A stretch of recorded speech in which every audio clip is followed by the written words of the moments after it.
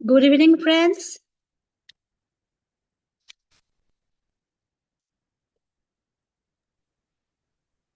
Continue, ma'am. Good evening.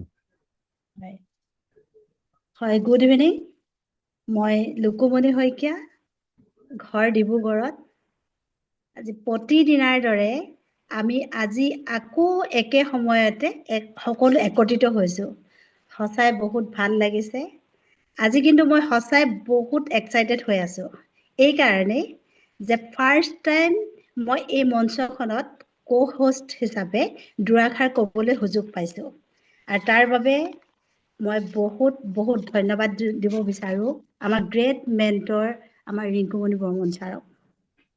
Next মই ধন্যবাদ দিব বিচাৰো আমাৰ নিচিনা সাধাৰণ মানুহক অসাধাৰণ কৰাৰ এটা সুযোগ দিয়াৰ উপৰিও তেখেতে এই জুম প্লেটফৰ্মটো আনি আকৌ আমাক সহজ ভাষাত টিচিং দি আমাক আগবাঢ়ি যোৱাৰ ক্ষেত্ৰত যি অৱদান আগবঢ়াইছে তাৰ বাবে তেখেতক মই বহুত বহুত ধন্যবাদ দিব বিচাৰো। আৰু তেখেতৰ কথা যদি কৈ থাকো সঁচাই শেষ নহ'ব, কিন্তু ওলাই থাকিব। কিন্তু আমি সময়ৰ প্ৰতি লক্ষ্য ৰাখিব লাগিব। সেইকাৰণে আমি ষ্টেপ বাই ষ্টেপ আগবাঢ়ি যাব লাগিব, নহয়নে বাৰু? ফাৰ্ষ্ট অফ অল মই এই মঞ্চখনত যিসকল পুৰণি লিডাৰ্ছ আছে সকলোলৈকে মোৰ ফালৰ পৰা মই হীৰা ভৰা ওলগ জনাইলোঁ। আৰু যিসকল নতুন গেষ্ট আহিছে তেখেতলোককো মই মোৰ ফালৰ পৰা হীৰা ভৰা ওলগ যাচিলোঁ। আমি ইয়াতে এটা কথা মানি ল'ব লাগিব যে আমাৰ ওপৰত কিন্তু সঁচাই ভগৱানৰ কৃপাদৃষ্টি আছে। আৰু সেয়েহে আমি সকলো ইয়াত উপস্থিত থাকিব পাৰিছোঁ, নহয়নে বাৰু? সেয়েহে আমি সকলোৱে প্ৰথমতে আমি নিজকে থেংকছ দিব লাগে। আৰু মোৰ এটাই অনুৰোধ সকলোলৈকে যে আমি এই 45 মিনিটছ খুব বেছি 1 ঘণ্টা সময় আমি বহুত চিৰিয়াছলি এই প্লেন প্ৰেজেণ্টেশ্যনটো কিন্তু শুনিব লাগিব আৰু লগতে আমি শিকিবও লাগিব। আৰু এই সময়ছোৱাত আপোনালোক সকলোৱে এই স্পিকাৰ আৰু ভিডিঅ' কলটো এই দুইটা অফ কৰি ৰাখিব যাতে আপোনাৰ কাৰণে আমাৰ বাকী যিসকল লিডাৰ্ছ তেখেতলোকৰ কোনো ডিষ্টাৰ্ব ফিল নকৰে। আমি আমাৰ সপোনবিলাক বাস্তৱত ৰূপ দিয়াৰ কাৰণে আমাৰ মাজত এনেকুৱা এজন গ্ৰেট মেণ্টৰ আছে। তেখেতক আমি জোৰদাৰ হাত চাপৰি কিন্তু ৱেলকাম জনাব লাগিছিল, কিন্তু আমাৰ এই প্লেটফৰ্মটো হৈছে ডিজিটেল প্লেটফৰ্ম। সেইকাৰণে আমি প্ৰত্যেকে হেণ্ড ৰেচেৰে তেখেতক ৱেলকাম জনাব বিচাৰোঁ। তেখেত আমাৰ সকলোৰে পৰিচিত mister Rinkumoni Barman sir, please welcome on the stage. Okay, thank you, ma'am. Thank you, সতীৰ্থসকল। আপোনালোক আটাইকে নৰ্থ ইষ্ট গ্লোবেল টিমলৈকে স্বাগত। সতীৰ্থসকল, আজিৰ ৱেবিনাৰত আজিৰ যিটো বিষয়বস্তু ৱেবিনাৰৰ আৰু সেই বিষয়বস্তুটো হ'ল আমাৰ সকলোৰে অত্যন্ত আৱশ্যকীয় ইকনমিক সাইড, ৰাইট? চ' সতীৰ্থসকল, আপোনালোকে যেনেকৈ পেজটোত দেখিবলৈকে পাইছে যে প্ৰতিজন ব্যক্তিয়ে কিবা না কিবা ডেফিনেটলি কৰি আছে। কোনোবা যদি জবত আছে, কোনোবা বিজনেছত আছে, বা কোনোবা অন্যান্য প্ৰফেশ্যনত আছে, ৰাইট? ইয়াৰ মুখ্য কাৰণটো হ'ল কি? Earning, income. সতীৰ্থসকল, ইনকাম কৰাৰ কাৰণে আমি টাইম দি আছো, তো ইনকাম আহি আছে। কেতিয়াবা যদি এনেকুৱা এটা দিন আহি যায় ওপৰত থকাজনে নকৰক যে আমি টাইম দিব নোৱাৰো, তো আমাৰ ইনকাম আহিবনে? ভাবিছেনে কেতিয়াবা?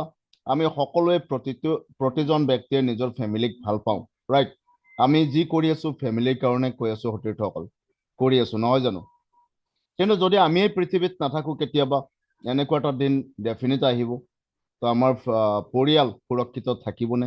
চ' সতীৰ্থসকল, আহক আজি ইনকাম লৈ আমি কথা পাতিম। এনেকুৱা এটা এক্সিলেণ্ট, এনেকুৱা এটা দমদাৰ, এনেকুৱা এটা ধামাকাদাৰ ইনকাম সিস্টেম আমাৰ ওচৰত আহিছে, ৰাইট? ইনকাম সিস্টেম কোনো কোম্পানী নহয়, ইনকাম সিস্টেম আমাৰ ওচৰত, আমাৰ হাতত পৰিছে।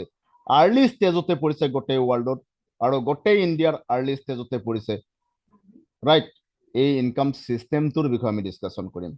তাৰ আগতে মই ক'বলৈকে বিচাৰিছো প্ৰতিজনকে যে এক্সট্ৰা ইনকাম যিসকলে জব কৰি আছে, বিজনেছ কৰি আছে, আজিৰ এই মঞ্চটোত উপস্থিত হৈছে, ডেফিনেট তেখেতেও বিচাৰে যে এক্সট্ৰা ইনকাম এটা মোক লাগে, ৰাইট?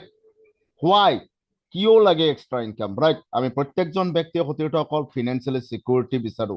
আমাৰ এবচেণ্টত যাতে আমাৰ মিছেজে আমাৰ ফেমিলি মেম্বাৰ্ছে আন ব্যক্তিৰ ওচৰত হাত পাতিবলগীয়া নহয়। আমি নাথাকিলেও আজি থকাৰ নিচিনাকৈ ইনকাম অলৰেডি কণ্টিনিউৱাছ আহি থাকে। আমি ষ্টাৰ্ট কৰা, আমি অলৰেডি কৰি যাই থকা চিষ্টেমটো আমাৰ থাকিব, এনেকুৱা চিষ্টেম এটা আমাক লাগিব য'ত নেকি আমি নাথাকিলেও পৃথিৱীত অলৰেডি ইনকাম আহিয়ে থাকে। আমাৰ ফিনান্সিয়েলি চাইডটো সম্পূৰ্ণ চিকিউৰ্ড হয়, বা আমি খুব কম সময়ৰ ভিতৰত, জীৱনটো বেছি দীঘলীয়া নহয়, যাতে ফিনান্সিয়েলি চিকিউৰিটি আমি ফিল কৰোঁ যে আমি যদি কাইলৈকে কিবা কাৰণত বেডত থাকিব লগা হয়, কাইলৈকে যদি আমি কিবা কাৰণত কাম কৰিব নোৱাৰোঁ, টাইম দিব নোৱাৰোঁ, ৰাইট, তথাপিতো যাতে আমাৰ ফিনান্সিয়েলি মানে ফিনান্সিয়েল চাইডটো ষ্ট্ৰং হৈ থাকে, ৰাইট? সতীৰ্থসকল আমি বিচাৰোঁ প্ৰত্যেকজনে। সেইকাৰণে আজিৰ এই ৱেবিনাৰটোত আমি, আজিৰ এই মঞ্চটোত আমি উপস্থিত আছোঁ। সতীৰ্থসকল, বেটাৰ লাইফষ্টাইল কোনে নিবিচাৰে? Extra income. আজিৰ এই ৱেবিনাৰত উপস্থিত থকা কিছু সংখ্যক এনেকুৱা ব্যক্তি আছে যে নেকি বেটাৰ লাইফষ্টাইলৰ কাৰণে আহিছে। লাক্সাৰিয়াছ লাইফষ্টাইল সকলে পাব বিচাৰে, আৰু যিটো নেকি আমাৰ প্ৰেজেণ্ট প্ৰফেশ্যন, কোনোবাই জব কৰি আছো, কোনোবাই বিজনেছ কৰি আছো, ৰাইট? তো এইটোৰ জৰিয়তে সম্ভৱপৰ নহয় কাৰণে আমি এক্সট্ৰা টাইমটো ইউজ কৰি যে আমি লাক্সাৰিয়াছ লাইফ আমাক লাগে, তো তাৰ বাবে আমি এক্সট্ৰা ইনকাম চ'ৰ্চ বিচাৰি থাকোঁ। সতীৰ্থসকল, ফিনান্সিয়েল ইণ্ডিপেণ্ডেণ্ট হোৱাৰ কাৰণে আমি অলৰেডি বিচাৰি থাকোঁ যে আমি আমাৰ নিজাববীয়া কিবা এটা লাগে। জব কৰিছোঁ যদি ডেফিনেটলি কাৰোবাৰ মানে কি আপোনাৰ কণ্ট্ৰলত আমি আছোঁ, ৰাইট? বিজনেছ কৰিছোঁ যদিও মেক্সিমাম বিজনেছ বেলেগৰ কণ্ট্ৰলতে কৰা যায়, ৰাইট? আমি নিজস্ব কিবা এটা লাগে, তো সেইবাবেও আজিৰ ৱেবিনাৰত উপস্থিত ডেফিনেট আছোঁ। ফেমিলি চিকিউৰিটিৰ কথাটো আপোনালোকে বুজি পাইছে যে মোৰ এবচেণ্টত যদি মই যদি পৃথিৱীত নাথাকোঁ, তেতিয়াও যাতে মোৰ ফেমিলিক কাৰো ওচৰত হাত পাতিবলগীয়া নহয়, ৰাইট? চিলড্ৰেনৰ ক্ষেত্ৰতো আমি বহুত সংখ্যকসকলে টাৰ্গেট কৰি আহিছোঁ যে মোৰ চিলড্ৰেন, মোৰ বাচ্চাটো কমচে কম হায়াৰ এডুকেশ্যন যাতে লওক, ৰাইট? সতীৰ্থসকল, এনেকুৱা বহুতো অলৰেডি ৰিজন আছে যাৰ কাৰণে আমি প্ৰত্যেকজন ব্যক্তিয়ে এক্সট্ৰা ইনকাম চ'ৰ্চ বিচাৰি থাকোঁ। চ' সতীৰ্থসকল, আজিৰ ৱেবিনাৰত উপস্থিত আপোনালোক আছে। মই আপোনালোকক ক'বলৈকে বিচাৰিছোঁ যে 360 ডিগ্ৰী এংগেলত লাইফ টাৰ্ণ লৈ পেলাব, স্কিপ নকৰিব, ওলাই নাযাব 40 to 45 মিনিটছ, ৰাইট? কাৰণ এই জুম ছেশ্যনটোৱে বহুতৰ লাইফ চেঞ্জ কৰাই নহয়, মোৰো লাইফ অলৰেডি চেঞ্জ কৰিছে। সতীৰ্থসকল, আমি অচিন অফ মানিৰ ওপৰত কথা পাতিম। অচিন অফ মানি, টকাৰ সাগৰৰ ওপৰত কথা পাতিম। আপোনালোক প্ৰতিজনে জানে যে ক্ৰিপ্টো কাৰেঞ্চিত টকাৰ সাগৰ হয়। চ' সতীৰ্থসকল, ক্ৰিপ্টো কাৰেঞ্চিৰ প্ৰথম ক্ৰিপ্টো গোটেই ৱৰ্ল্ডত 2009 3 জানুৱাৰীত পাব্লিছ হৈছিলে, সেইটো আছিল বিটকইন। আজিৰ ৱেবিনাৰত উপস্থিত থকা প্ৰত্যেকজন ব্যক্তিয়ে বিটকইনৰ বিষয়ে অলৰেডি জানে, যি আজি গ্ল'বেল ট্ৰেণ্ড হিচাপে অলৰেডি বা গ্ল'বেল ব্ৰেণ্ড হিচাপে প্ৰতিষ্ঠিত। সতীৰ্থসকল, আপোনালোকে জানে যে ট্ৰেণ্ডৰ লগত যদি কাম কৰা যায়, ডাঙৰ ইনকাম কৰিব পৰা যায়, আৰু ব্ৰেণ্ড হিচাপে ব্ৰেণ্ডৰ লগত কাম কৰা যায়, যদি ব্ৰেণ্ডক লৈ কাম কৰা যায়, তেতিয়াহ'লে আপুনি নিজকো ব্ৰেণ্ড বনাবলৈকে পাৰিব। সেয়ে আজি টকাৰ সাগৰ ক্ৰিপ্টো কাৰেঞ্চিৰ দুনিয়াত আমি কথা পাতিবলৈকে ওলাইছোঁ মাদাৰ ক্ৰিপ্টো বিটকইন। আজি ৱৰ্ল্ডৰ 100% মানুহে বিটকইনৰ বিষয়ে জানে। কোনোবাই যদি নাজানে বুলি ভাবে, তেতিয়াহ'লে ডেফিনেট তেখেতে এতিয়া জানি লোৱাটো আৱশ্যক। এইকাৰণে, কাৰণ যদি আজি নজনা হৈ থাকে, আগন্তুক 6 মাহত তেখেতে ৰিগ্ৰেট এনেকৈ ফিল কৰিব, যাক বেকআপ কৰা মুস্কিল হৈ যাব। তো হোৱাট ইজ বিটকইন? সতীৰ্থসকল, আমি ডিছকাছ কৰিম হোৱাট ইজ বিটকইন। আজি বহু সংখ্যকে আমি বিটকইনটো জানো, কিন্তু বিটকইন কি এই বস্তুটো জনাটো প্ৰায় 98% মানুহে আমি পাৰফেক্টলি জানো। নৰ্থ ইষ্ট ৰিজনত যদি কথা পাতো, 2% মানুহে এতিয়াও নাজানো বিটকইননো কিয়ত ইউজ হয়। বিটকইন বুলি কোৱাৰ লগে লগে বহুত সংখ্যক ব্যক্তিয়ে অলৰেডি শ্বেয়াৰ মাৰ্কেটক বুজি পায়, ৰাইট? চ' মই যিখিনি ফিল্ডত মোৰ এক্সপেৰিয়েঞ্চ লৈ আপোনালোকৰ লগত কথা পাতিম। তো সতীৰ্থসকল, বিটকইননো কি? বিটকইন একচুৱেলি এভলিউশ্যন অফ মানিৰ পাৰ্ট হয়, আজিৰ আপগ্ৰেডেড এটা মুদ্ৰা হয়।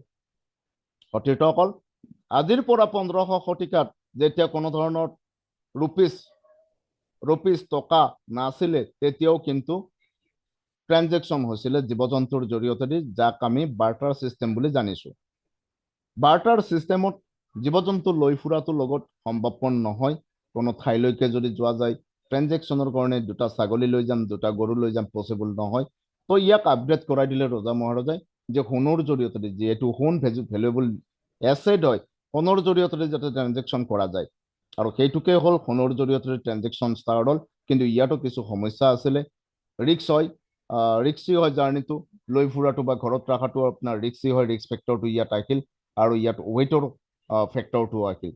সতীৰ্থসকল ইয়াকে লৈ মানে কি আপোনাৰ ৰজা মহাৰজাই কি কৰিলে নতুন আপডেট আমাৰ মাজত আনিলে মেটেল কইন তো ডেফিনেটলি মই বহুত ডিপলৈকে নাযাম মেটেল কইনৰ বিষয়ে আপোনালোকে জানে শেষলৈকে আপোনাৰ তামৰ ৰূপৰ সোণৰ সোণৰ মুদ্ৰা আহিল তেতিয়াও ৰিস্ক ফেক্টৰ থাকিল গভৰ্ণমেণ্ট আহিল গভৰ্ণমেণ্টৰ পদাৰ্পণে অলৰেডি আমাৰ মাজত কাৰেন্সিৰ নতুনত্ব আনি দিলে আৰু সেইটো হ'ল পেপাৰ কাৰেন্সি নোট আজি যিটো নোট চলি আছে সতীৰ্থসকল আপোনালোকে জানে এই নোটটো প্ৰথম যেতিয়া ইটালীৰ পৰা গোটেই ৱৰ্ল্ডত পেপাৰ কাৰেন্সি মানে কি প্ৰথম প্ৰস্তুত হৈছিলে তেতিয়া মাত্ৰ জেৰক্স কপি ইউজ হৈছিলে সতীৰ্থসকল হিষ্ট্ৰী চাই ল'ব আমাৰ নৰ্থ ইষ্ট গ্ল'বেল টিমৰ অলৰেডি ইউটিউব চেনেলত আমি এভেইলেবল কৰি থৈ দিছোঁ কাৰণ নলেজ লাগিব 50 crore ইনকাম কৰাৰ পথটোত আমি আহিছোঁ চ' সতীৰ্থসকল আহক এই পেপাৰ কাৰেন্সি যেতিয়া পাব্লিছ হৈছিলে তেতিয়াও কোনো ধৰণৰ আপোনাৰ আজিৰ নিচিনা সা সুবিধা নাছিলে অকল পেপাৰ কাৰেন্সি ফিজিকেলি নি কৰবালৈকে যাব লাগিলে ফিজিকেলি নিব লগা আছিলে ডেট মিনছ ৰিস্ক ফেক্টৰ এই ৰিস্ক ফেক্টৰটোৰ ওপৰত ফ'কাছ কৰি গভৰ্ণমেণ্টে নতুন পদক্ষেপ plastic currency ATM debit card আমাৰ মাজত আনি দিলে য'ত নেকি ৰিস্ক ফেক্টৰ নোহোৱা হ'ল কাৰ্ডটো লৈ ভাৰতবৰ্ষৰ চুকে কোণে আপুনি এটিএম বিচাৰি উলিয়াব পৰা হ'ল ফান কিন্তু সতীৰ্থসকল ইয়াত চবচে ডাঙৰ সমস্যাটো আছিল লিমিটৰ সমস্যা সন্মুখত প্ৰব্লেম যিমানে ডাঙৰ নহওক আপুনি যেতিয়া ডাঙৰ পেমেণ্ট কৰিব লাগিব আপোনাৰ এটিএমৰ মাধ্যমত লিমিটেডহে পচিবল হয় গতিকে ইয়াকে লৈ আমাৰ গভৰ্ণমেণ্টে চিন্তা কৰিলে যে পেপাৰ কাৰেন্সি বনাওঁতে যথেষ্ট মাত্ৰাত অলৰেডি খৰচাও আছে ৰাইট 2000 টকীয়া এটা নোট বনাওঁতে 1673 টকা অলৰেডি খৰচা পৰিছে গতিকে ঠিক তেনেকুৱা প্ৰতিটো নোটৰ এগেইনষ্টত খৰচা আছে লগতে কি আছে ৰিস্ক ফেক্টৰটো আপোনাৰ আছে প্লাষ্টিক কাৰেন্সিত আকৌ লিমিটৰ সমস্যাটো আহিল দুইটাৰ ওপৰত বেছ কৰি অলৰেডি ইলেক্ট্ৰনিক মানি ভাৰ্চুৱেল মানি উলিয়ালে য'ত ৰেডি কৰোঁতে কোনো ধৰণৰ খৰচা নাই জাষ্ট ডিজিটেল কোড হয় আৰু ৱৰ্ল্ডৰ যিচুকে কোণে আপুনি ঘৰৰ পৰাই ঘৰত বহি আপুনি ট্ৰানজেকশ্যন কৰিব পাৰে যদি আপোনাৰ একাউণ্টত ফাণ্ড আছে ইণ্ডিয়াৰ চুকে কোণে ৰাইট সতীৰ্থসকল এই যিটো বেংকিং চিষ্টেম আমাৰ আমি সকলোৱে অলৰেডি জানো এই বিষয়ে বেছি ডিটেইলছত বা ডিপত নাযাম সতীৰ্থসকল ডাঙৰ সমস্যা আহিল যেতিয়া ইণ্টাৰনেশ্যনেল ট্ৰানজেকশ্যনৰ কথা আহিল ইণ্টাৰনেশ্যনেল লেভেলত যদি চোৱা যায় প্ৰত্যেকটো দেশৰ মুদ্ৰাবিলাকৰ নাম বেলেগ বেলেগ লাইক মই ক'ব বিচাৰিম চাইনাত য়ান চলে ৰাছিয়াত ৰুবল ইউৰোপত ইউৰো হয় গতিকে সতীৰ্থসকল এই নামটোৱে অকল বেলেগ বেলেগ নহয় ইয়াত আপোনাৰ ভেলুটোও বেলেগ বেলেগ তো গোটেই পৃথিৱীত আপোনাৰ ইখন দেশে সিখন দেশলৈকে ট্ৰানজেকশ্যন কৰাৰ স্বাৰ্থত এক্সচেঞ্জ জন্ম হ'ল বা এক্সচেঞ্জৰ প্ৰতিষ্ঠা হ'ল এক্সচেঞ্জত আমি লোকেল কাৰেন্সি দি পিনে আমি অন্য দেশৰ কাৰেন্সি ল'ব পৰা হ'লোঁ কিন্তু ইয়াতে ডাঙৰ সমস্যা আহিল কি ভেলুৰ সমস্যা সতীৰ্থসকল এজন দেশ যদি আমি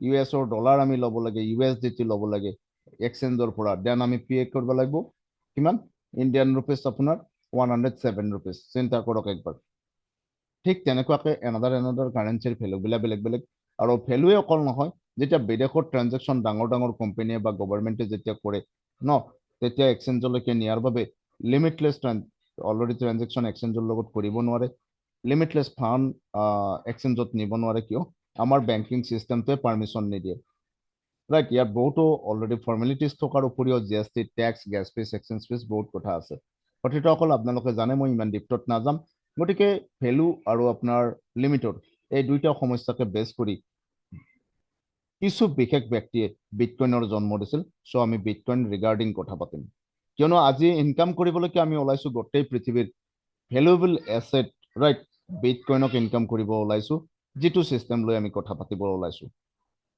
সতীৰ্থসকল বিটকইনৰ হিষ্ট্ৰী আপোনালোকে জানে মই বহুত ডিপত ডেফিনেটলি নাযাম 2009ত পাব্লিছ হৈছিলে বিটকইন গোটেই ৱৰ্ল্ডৰ গ্ল'বেল কাৰেন্সি হিচাপে ৰাইট কমন কাৰেন্সি হিচাপে আৰু ৱৰ্ল্ডৰ প্ৰথমে গভৰ্ণমেণ্টে ইয়াক মান্যতা দিয়া নাছিলে তো ধীৰে ধীৰে ইয়াক পাব্লিকে কাৰেন্সি বুলি মানি ল'লে আৰু ইয়াৰ ইউজ বাঢ়ি গ'ল হয় ইউজাৰ বাঢ়ি গৈ থাকিল ক্ৰমানুগতিকভাৱে কিয়নো প্ৰতিটো দিনত ডাঙৰ কোম্পানী গোটেই ৱৰ্ল্ডত কৰৰো কোম্পানী অলৰেডি এষ্টাব্লিছ হৈ আছে কোম্পানী অকল নহয় ইণ্ডাষ্ট্ৰীও ইয়াৰ উপৰিও গভৰ্ণমেণ্টেও ইয়াক ট্ৰানজেকশ্যন কৰা আৰম্ভণি কৰিলে কিয়নো বিটকইনৰ জৰিয়তে লিমিটলেছ ট্ৰানজেকশ্যন পচিবল যিহেতু বিটকইনক ৰেগুলেট কৰাৰ কাৰণে কোনো অথৰিটিৰ ওচৰত ইয়াক মানে কি চিষ্টেমটো হেণ্ড অভাৰ কৰা নাই ইয়াক টেকনলজিৰ জৰিয়তে ৰান কৰা হৈছে ৰাইট আপোনালোকে টেকনলজিৰ বিষয়ে জানিব আৰু টেকনলজিত আপোনাৰ কোনো ধৰণৰ ৰোগ টোগ কৰিব পৰা বা কোনো মানুহৰ কণ্ট্ৰলত নাই গতিকে ইয়াৰ জৰিয়তে লিমিটলেছ ট্ৰানজেকশ্যন পচিবল হয় সেয়ে ইয়াক গভৰ্ণমেণ্টেও অলৰেডি ট্ৰানজেকশ্যনত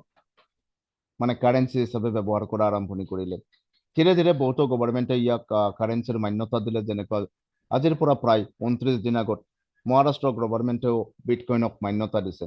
তো আমাৰ ইণ্ডিয়া গভৰ্ণমেণ্টে অলৰেডি আমাক ডিজিটেল এছেট বুলি মান্যতা দিছে, যে আমি যেনেকুৱা ফিজিকেল এছেট আমাৰ ফোন আছে, ঠিক তেনেকুৱাকৈ ডিজিটেল এছেট। ফোনৰ জৰিয়তে ট্ৰানজেকশ্যন কৰিব নোৱাৰি নেকি? ডেফিনেটলি পাৰি সতীৰ্থসকল। মই 1 কৰোৰ টকা আপোনাৰ পৰা পাওঁ, আপুনি 1 কৰোৰ টকাৰ সোণ দিব পাৰে, মই একচেপ্ট ডেফিনেট কৰিম। ঠিক তেনেধৰণে বিটকইনৰ জৰিয়তে নেশ্যনেল লেভেলতো ট্ৰানজেকশ্যন চলিল। আজি বিটকইনৰ জৰিয়তে সতীৰ্থসকল যদি ক'বলৈকে বিচাৰোঁ, টেছলা যিটো অটোপাইলট কাৰ, আমি অটোপাইলট কাৰ ডাইৰেক্টলি ল'ব পাৰোঁ। ইমানতে শেষ নহয়, প্ৰত্যেকটো ফেমিলি মেম্বাৰ্ছ, প্ৰত্যেকটো আজিৰ ৱেবিনাৰত উপস্থিত থকা ব্যক্তি, ৰাইট, আপোনালোকৰ অনলাইন শ্বপিং ডেফিনেট কৰে, ফ্লিপকাৰ্ট, এমাজন, আলিবাবা, ৰাইট, এনেকুৱা ডাঙৰ ডাঙৰ অনলাইন শ্বপিং পৰ্টেলবিলাকতো বিটকইনৰ জৰিয়তে পেমেণ্ট পচিবল। সতীৰ্থসকল, বিটকইনৰ জৰিয়তে আপুনি এয়াৰ টিকেটো ল'ব পাৰে। সতীৰ্থসকল, বিটকইনৰ জৰিয়তে আপুনি ইণ্ডিয়ান ৰুপিজ মাত্ৰ 2 মিনিটত কনভাৰ্ট কৰি ল'ব পাৰে। মই নট অনলি ইণ্ডিয়ান ৰুপিজ, মানে ইণ্ডিয়ান ৰুপিজৰ কথা অকল কোৱা নাই, যে গোটেই ৱৰ্ল্ডত যিকোনো দেশৰ কাণ্ট্ৰিত, মানে কি যিকোনো দেশৰ আপোনাৰ কাৰেঞ্চিত কনভাৰ্ট কৰাৰ কাৰণে মাত্ৰ 2 মিনিটৰ প্ৰয়োজন।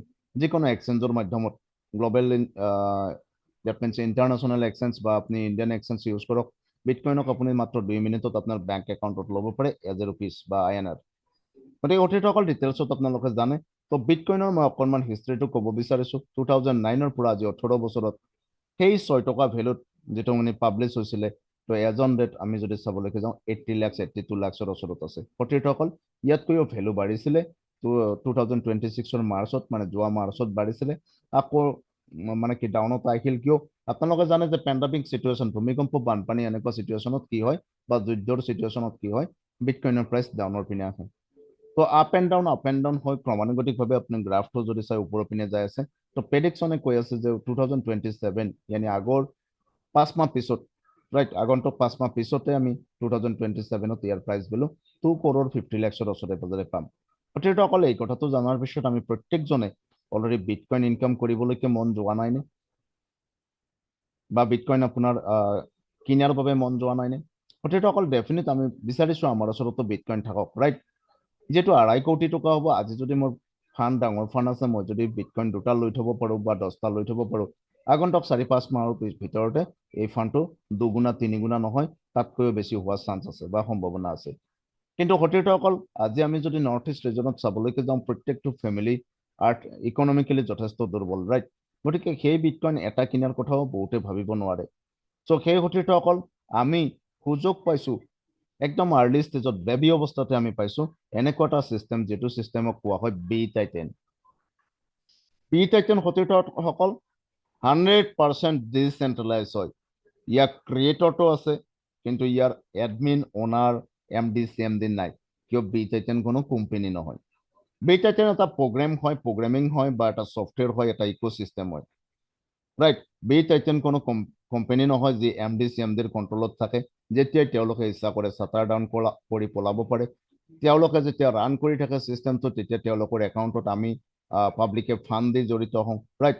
BeTitanত কোনো বেংক একাউণ্টছ নাই সতীৰ্থসকল, নিশ্চিন্ত থাকক। দিলেহে পইচা দুবাৰ চান্স থাকে, নিদিলে ক'ত ডুবিব। গতিকে ইয়াত বেংক একাউণ্টে নাই, BeTitanত দিবলগীয়া একো নাই, BeTitanৰ পৰা ল'বলগীয়া যথেষ্ট আছে। BeTitan কোনো ট্ৰেডিং প্লেটফৰ্ম নহয়, বা তেনেকুৱা কোনো প্লেটফৰ্ম নহয় যিটো প্লেটফৰ্মত ৰিস্ক ল'বলগীয়া থাকে। কাৰণ আপোনালোকে জানে যে বিটকইন ইনকাম বা ক্ৰিপ্টো ইনকাম কৰাৰ অন্য পথ এটা আছে, ট্ৰেডিং। ট্ৰেডিঙত কি হয়, আপোনাৰ নলেজ লাগিব, নলেজ থকাৰ পিছতো কেতিয়া ডুবি যাব আপোনাৰ 100% ফাণ্ড আপুনি বুজিব নোৱাৰিব। বিটকইন ট্ৰেডিং প্লেটফৰ্ম নহয়। সতীৰ্থসকল, ইনভেষ্টমেণ্ট মাৰ্কেটত বহুত প্লেন আহিছে, আৰু আমাৰ নৰ্থ ইষ্ট ৰিজনৰ বেছি সংখ্যক ব্যক্তিয়ে এনেকুৱা বিচাৰে, মই একো নকৰোঁ, কিন্তু মোৰ ওচৰত ফাণ্ড আহি থাকক। মই একো কৰিব নোৱাৰোঁ, নকৰিলে কেতিয়াবা ফাণ্ড ইনকাম পোৱা দেখিবলৈ পাইছে? এইটো লালচ হয়, ৰাইট, মৰিচিকা। আপোনাক মৰিচিকা দেখাইছে। আপুনি 1 লাখ টকা দিছে, আপোনাক 1000কৈ ৰিটাৰ্ণ কৰি আছে, এটা সময়ত তেখেতে গোটেই 1 লাখটো লৈ উদাও হ'ব। এইটো হৈছে, হৈ আছে আৰু হ'ব। কিয়?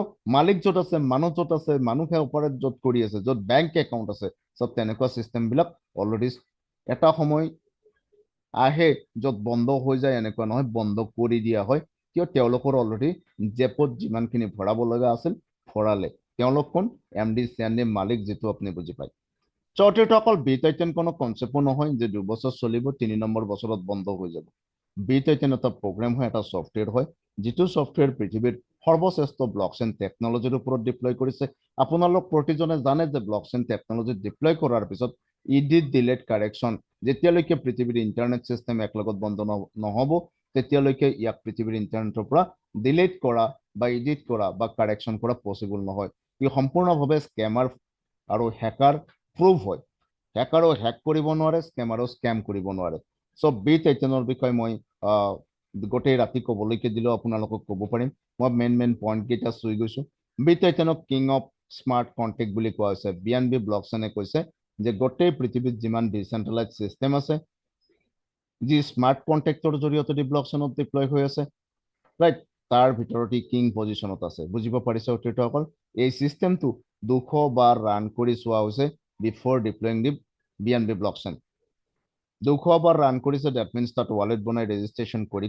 চোৱাৰ পিছত তাৰ ইউনিকনেছৰ ওপৰত বেছ কৰি B13ক সোৰ্স কোড প্ৰভাইড কৰিছে অতিথিসকল আমি ৰিয়েলি লাকি যে আমি সিকিউৰ প্লেটফৰ্ম এখন পাইছো যি নেকি সোৰ্স কোড পাবলৈ সক্ষম হৈছে পৃথিৱীত ডিসেন্ট্ৰেলাইজ সিস্টেম বহুত দেখিবলৈ পাব কিন্তু কোনেও সোৰ্স কোড আজিৰ ডেটত পোৱা নাই আৰু 6টা স্মাৰ্ট কন্টেক্ট সহ ডিপ্লয় হৈছে BNB ব্লকচেইনত হোৱাট ইজ BNB ব্লকচেইন অতিথিসকল BNB ব্লকচেইন কেইটো ব্লকচেইন হয় যিটো ব্লকচেইনত বিটকয়েন ৰান কৰি আছে তো আহক আমি চুজ কৰাৰ মুখ্য কাৰণটো B13ক চুজ কৰাৰ মুখ্য কাৰণটো কি অতিথিসকল B13ক চুজ কৰাৰ মুখ্য কাৰণটো হল যে এটা নেগলেজেবল এমাউণ্টৰে আমি ষ্টাৰ্ট কৰিব পাৰো আমাৰ জাৰ্নি নেক্সট টাইম यानी সেকেন্ড টাইম আমাৰ জেপৰ পৰা বিটকয়েন কিনি ইয়াত ষ্টাৰ্ট কৰাৰ কোনো আৱশ্যক আহি নপৰে মাত্ৰ 0.001 BTC দ্যাট মিন্স 8500 বা 8200 ইমানৰ ভিতৰতে আপোনাৰ ষ্টাৰ্ট হৈ যাব নিজৰ ব্যক্তিগত গ্লোবেল ব্যৱসায় যৰ পৰা এটা সিঙ্গেল বছৰত সিস্টেমে অলৰেডি দাবা কৰিছে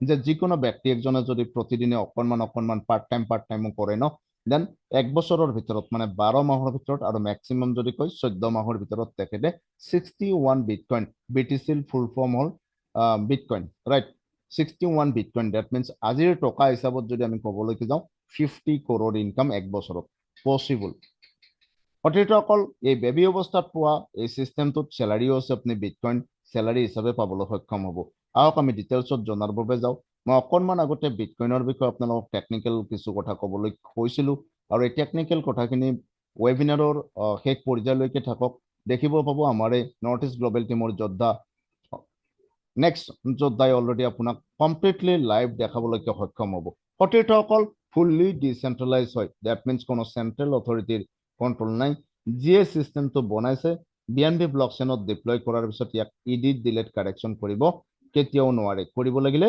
গোটেই পৃথিৱীৰ ইন্টাৰনেট চলা ডিভাইস বিলাক যি সাৰ্ভাৰ হিচাপে কাম কৰি আছে ব্লকচেইনত ৰাইট প্ৰত্যেকটো ডিভাইসক কম্পিউটাৰ কক এন্ড্ৰইড ফোন কক আইফোন কক ন আৰু বহুতো ইন্টাৰনেট চলা ডিভাইস আছে প্ৰতিটো ডিভাইস এটুকুৰা ঠাইত আনি এটা শটত 30 সেকেন্ডৰ ভিতৰত এটা শটৰ জৰিয়তে গোটেই ডিভাইসৰ পৰা ডিলিট কৰিব লাগিব যেটো সম্ভৱ নহয় অতিথিসকল ফুললি অটোমেটেড কৰি ইয়াক ডিপ্লয় কৰা হৈছে কাৰণে ই অটোমেটেড ক্যালকুলেশন কৰি মাইক্ৰ সেকেন্ডৰ ভিতৰত আমাৰ প্ৰফিট আমাৰ ওচৰত দিয়ে সিস্টেম অটোমেটেড ৰান কৰিব পাৰে অটোনমাইজ কৰা আছে তো অতিথিসকল ইয়াৰ ট্ৰানজেকশন ইয়াত যদি আমি চাওঁ স্মাৰ্ট কন্টেক্টটো সম্পূৰ্ণ ট্ৰান্সপাৰেন্ট হোৱা বাবে আমি প্ৰত্যেকজনে ইয়াত নিজৰ মালিকানা হাক লৈ কাম কৰিবলৈ সক্ষম হৈছো নিজে মালিক হৈ কাম কৰিবলৈ সক্ষম হৈছো ডেফিনেট আমাৰ ওচৰতে প্ৰতিজনৰ ওচৰতে এডমিন পেনেল আছে আমি প্ৰতিজনে MD CMD হৈ কাম কৰিব পাৰিছো আমি প্ৰতিজনে অপাৰেটৰ হৈ কাম কৰিব পাৰিছো অন্য থাৰ্ড পাৰ্টি কন্ট্ৰোলত একোই নাথাকে यानी যিয়ে বনাইছে তেওঁ আপোনাৰ নিচিনা মোৰ নিচিনাই কাম আৰম্ভণি কৰিছে অতিথিসকল এই গোটেই সিস্টেমটো পৃথিৱীত যিমান ডিসেন্ট্ৰেলাইজ সিস্টেম আছে তাতকৈ বহুত ডিফাৰেন্ট কৰি উলিয়াই আৰু এইটোই হল অটো স্পিল ওভাৰ মেকানিজম অতিথিসকল আপুনি যেতিয়াই ষ্টাৰ্ট কৰে B13ত ৰেজিষ্ট্ৰেচন কৰে ৰাইট সেই মুহূৰ্তত আপুনি অকলে নাই আপোনাৰ সিনিয়ৰ দুজনো আপোনাৰ ডাউনলাইন হৈ পৰে ৰাইট আপোনাৰ সিনিয়ৰে আন ব্যক্তিক যাক ৰেফাৰ কৰিছিল সেইও আপোনাৰ ডাউনলাইন হৈ পৰে মই কথাটো এই কাৰণে কৈছো তেওঁলোকে কৰা আপুনি ষ্টাৰ্ট কৰাৰ পিছত তেওঁলোকে কৰা কামৰ পৰাও স্পিল ওভাৰ আহি আপোনাৰ ইনকাম ষ্ট্ৰাকচাৰত সোমাব আৰু আপুনি কন্টিনিউয়াছলি ইনকাম কৰি গৈ থাকিব অতিথিসকল ইয়াত ইনকাম বিলাক ইনষ্টেন্টলি হয় মাত্ৰ মাইক্ৰ সেকেন্ডৰ ভিতৰত আপুনি ইনকাম পাব আৰু শুনি আটাইতকৈ ভাল পাব এজন যিকোনো কোম্পানীৰ ওনাৰেও 100% প্ৰফিট পাবলৈ সক্ষম নহয় কিন্তু আপুনি ইয়াতে 100 ৰ 100% 100% প্ৰফিট আপুনি মাইক্ৰ ছেকেণ্ডৰ ভিতৰত আপোনাৰ ৱালেটত পাব, যি ৱেব3 ৱালেট ব্যৱহাৰ কৰি আপুনি ষ্টাৰ্ট কৰিব। প্ৰতিটো অকল ইয়াতে এইটো কোনো নেটৱৰ্ক কোম্পানী নহয়, নেটৱৰ্ক চিষ্টেম নহয়, বা নেটৱৰ্ক মাৰ্কেটিং নহয়, বা নেটৱৰ্কিং নহয়, ৰাইট? ইয়াৰ নেটৱৰ্কিঙৰ আপগ্ৰেড ভাৰ্চন হয়, যাক কমিউনিটি বিল্ডআপ প্ৰগ্ৰেম বুলি কোৱা হয়। নেটৱৰ্কিঙৰে আপগ্ৰেড ভাৰ্চন হয়। নেটৱৰ্কিং আৰু কমিউনিটি বিল্ডআপ প্ৰগ্ৰেমৰ মাজত ডিফাৰেন্স কি? নেটৱৰ্কিঙত আপোনাৰ টিম যদি কেতিয়াবা বহি যায়, কাম নকৰে, আপোনাৰ ইনকাম ষ্টপ, ৰাইট? কিন্তু কমিউনিটি বিল্ডিং প্ৰগ্ৰেমত কি হয়, প্ৰতিটোসকল আপোনাৰ গোটেই গ্ৰুপটো যদি বহিও গৈছে, তো আপোনাৰ গ্লোবেল বিজনেছৰ পৰা আপোনাৰ ওচৰত ইনকাম আহি থাকিব। প্ৰতিটোসকল ডেফিনেটলি আমি তেনেকুৱা এটা চিষ্টেম আমাৰ নিজৰ মালিক হৈ পিনে আমি কাম কৰিব বিচাৰিম, য'ত বাৰ বাৰ ৰি এণ্ট্ৰি হৈ থাকে, বাৰ বাৰ ছেম টু ছেম প্ৰফিট আহি থাকে। ৰি এণ্ট্ৰিৰ কাৰণে আমি জেপৰ পৰা, মই আগতে কৈছোঁ, 0.001 BTC, ডেট মিনছ 8,500 যিটো ভেলু হয় আপুনি কিনাৰ সময়ত, সেই ফাণ্ডটোতকৈ আপুনি এটকাও আপোনাৰ জেপৰ পৰা লগাবলগীয়া নাই ইয়াতে। অতীতসকল 8,000 টকা যদি জেপৰ পৰা ডেফিনেটলি ৰাস্তাত ক'ৰবাত পৰি যায়, তো আমাৰ লাইফত ভূমিকম্প নাহে, আৰ্থকুইক নাহে। এবাৰ ভাবি চাব, এই 8,000 টকাত 18 বছৰ আগত যদি বিটকইনৰ প্ৰাইচ 1,000 বা 500 টকা থাকোঁতে আপুনি লৈ ৰাখিলেহেঁতেন, আজিৰ ডেটত আপুনি গোটেই পৃথিৱীৰ 3% মানুহ যাৰ কাৰণে টকাই কাম কৰে, তো তেওঁলোকৰ ভিতৰত এজন হ'লেহেঁতেন। গতিকে সেইটো ৰিগ্ৰেট কৰি লাভ নাই। এগেইন আমাৰ মাজত সেই সুযোগটো আহিছে যে আগন্তুক 6 মাহত আমি প্ৰত্যেকজনে 360 ডিগ্ৰী এংগেলত লাইফ অট'মেটিক টাৰ্ণ লৈ পেলাব। বি টাইটেনত জড়িত হৈ আপুনি প্ৰথম দিনৰ পৰা সীমাহীন ইনকাম কৰিব পাৰে, কিয়নো ইয়াত লিমিটলেছ আৰ্নিং পটেঞ্চিয়েলিটি আছে প্ৰথম দিনৰ পৰাই। কিন্তু ইয়াৰ বাবে আপোনাৰ বহুত কিবা নলেজ লাগিব, বহুত এক্সপেৰিয়েঞ্চ বা এক্সপাৰ্টাইজ লাগিব। ন' ছাৰ, ন'।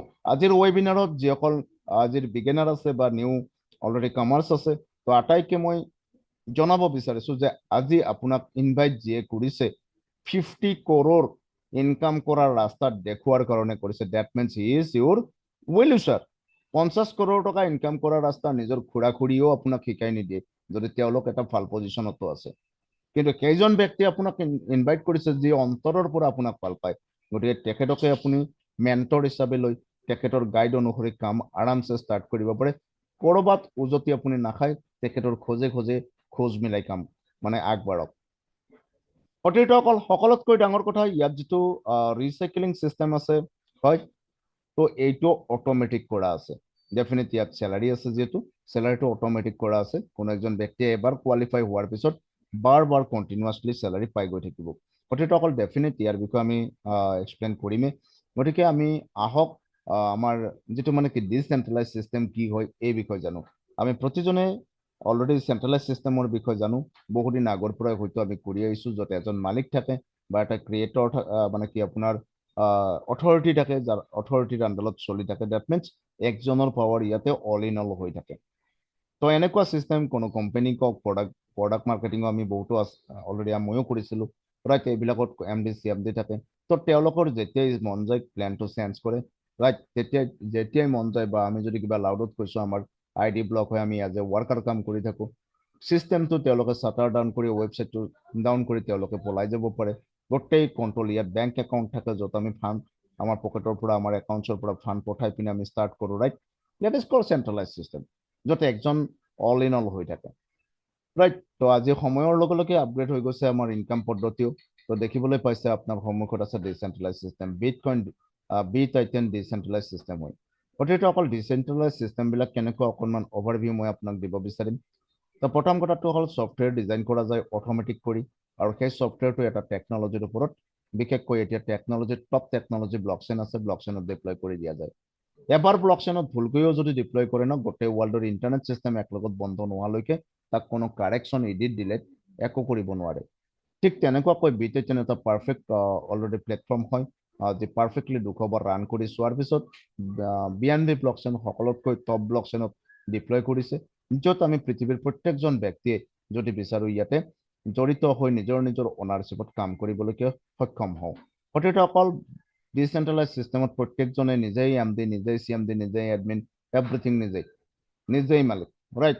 গতিকে নিজৰ পৰাই নিজৰ ব্যৱসায় এক্সপাউণ্ড হ'ব। কিন্তু অকল চিষ্টেম সদায় জানে, ককা দেউতাৰ পিছত দেউতা আছিলে, দেউতাৰ পিছত মই, হয়, মোৰ পিছত আকৌ মোৰ জেনেৰেশ্যন, আল্টিমেট এইটো এটা চেইন হয়, ঠিক আছে? ঠিক তেনেধৰণে আমি ইজনৰ ৰেফাৰেঞ্চ লৈ সিজনে, সিজনৰ ৰেফাৰেঞ্চ লৈ সিজনে আনজনৰ ৰেফাৰেন্স লৈ আনজনে জড়িত হ'বই লাগিব এই গোটেই সিস্টেমটোত যেটো প্ৰগ্ৰামিং কৰা আছে এটা এক্সিলেন্ট এটা দামদাৰ প্ৰগ্ৰামিং কৰা আছে যত মাত্ৰ 12 মাহত কোনো নলেজ নোহোৱা ব্যক্তি এজনৰ যদি বাই সিস্টেম শিকি বুজি প্ৰতিদিনে জুম সেশনত আহি কাম কৰি গৈ থাকে 12 মাহত 61 bitcoin that means 50 crore income কৰিব সহযোগীসকল আহক আমি সিস্টেমটোৰ বিষয়ে জনাৰ আগতে ব্লকচেইন টেকনলজিৰ বিষয়ে জানি লওঁ গোটেই পৃথিৱীত আজি ডাঙৰ ডাঙৰ কোম্পানী ইন্ডাষ্ট্ৰি বা গভৰ্ণমেন্টৰ সমস্ত ডাঙৰ ডাঙৰ প্ৰজেক্ট ৰাইট ব্লকচেইন টেকনলজিত ডিপ্লয় কৰা আৰম্ভণি কৰিছে ইয়াৰ মুখ্য কাৰণটো হ'ল কি সহযোগীসকল ব্লকচেইন টেকনলজিত যেতিয়া এবাৰ ডিপ্লয় কৰা যায় সকলো ডাটা সফটওয়্যাৰটোৰ সকলো ডাটা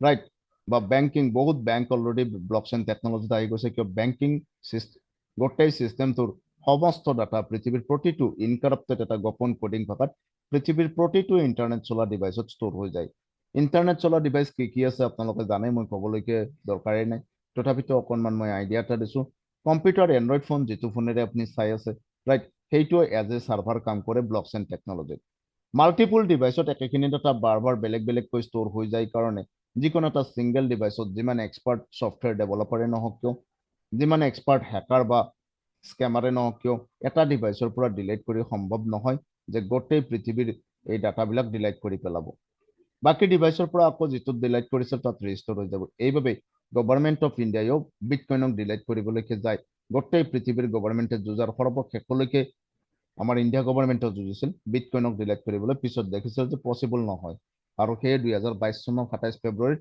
পাৰ্লিয়ামেন্টত নিৰ্মলা সীতাৰাম ফাইনেন্স মিনিষ্টাৰে ডিজিটেল এসেট বুলি ঘোষণা কৰিছিল 30% ট্যাক্স লগাই দিছিল ৰাইট অকল বিটকয়েনকে নহয় 5টা ক্ৰিপ্টোক দিছিল হতেসকল তো ইন্টাৰেস্টিং কি আপোনালোকে জানিব পাৰিছে ব্লকচেইন টেকনলজি কিমান জিকত মই মাত্ৰ আৰু এটা ক'বলৈকে বিচাৰিম ব্লকচেইন টেকনলজিৰ বিষয়ে যি ফল্ট টলাৰেন্ট হতেসকল ফল্ট টলাৰেন্ট এইটো বহুত ডাঙৰ কথা কিয়নো যদি তৃতীয় বিশ্বযুদ্ধ হৈ যায় ডেফিনিট আজি প্ৰতিটো দেশ অলৰেডি উন্নতিৰ শীৰ্ষস্থানত আছে হয় এতিয়াৰ যুদ্ধ সেই মানে তীৰ যুদ্ধৰ নিচিনা ডেফিনিট নহয় যদি তেনেকুৱা ওয়াৰ্ল্ড ওয়াৰ হৈ যায় 90% ইন্টাৰনেট চলা ডিভাইস বিনষ্ট একদম কমপ্লিট নোহোৱা হৈ যায় তথাপিতো 10%ৰ জৰিয়তে দি ব্লকচেইন ৰান কৰি গৈ থাকিব কাৰণে ইণ্ডিয়া গভৰ্ণমেন্টে education department power supply vaccine related project just ডাঙৰ ডাঙৰ আকৌ জৰিপ বিভাগৰ প্ৰজেক্ট সকলো ডিপ্লয় ষ্টাৰ্ট কৰিছে ব্লকচেইনত এবাৰ ডিপ্লয় কৰাৰ পিছত প্ৰতিটো ডিভাইসতে একেখিনি ডাটা বেলেগ বেলেগকৈ ষ্ট'ৰ হৈ যোৱাৰ বাবে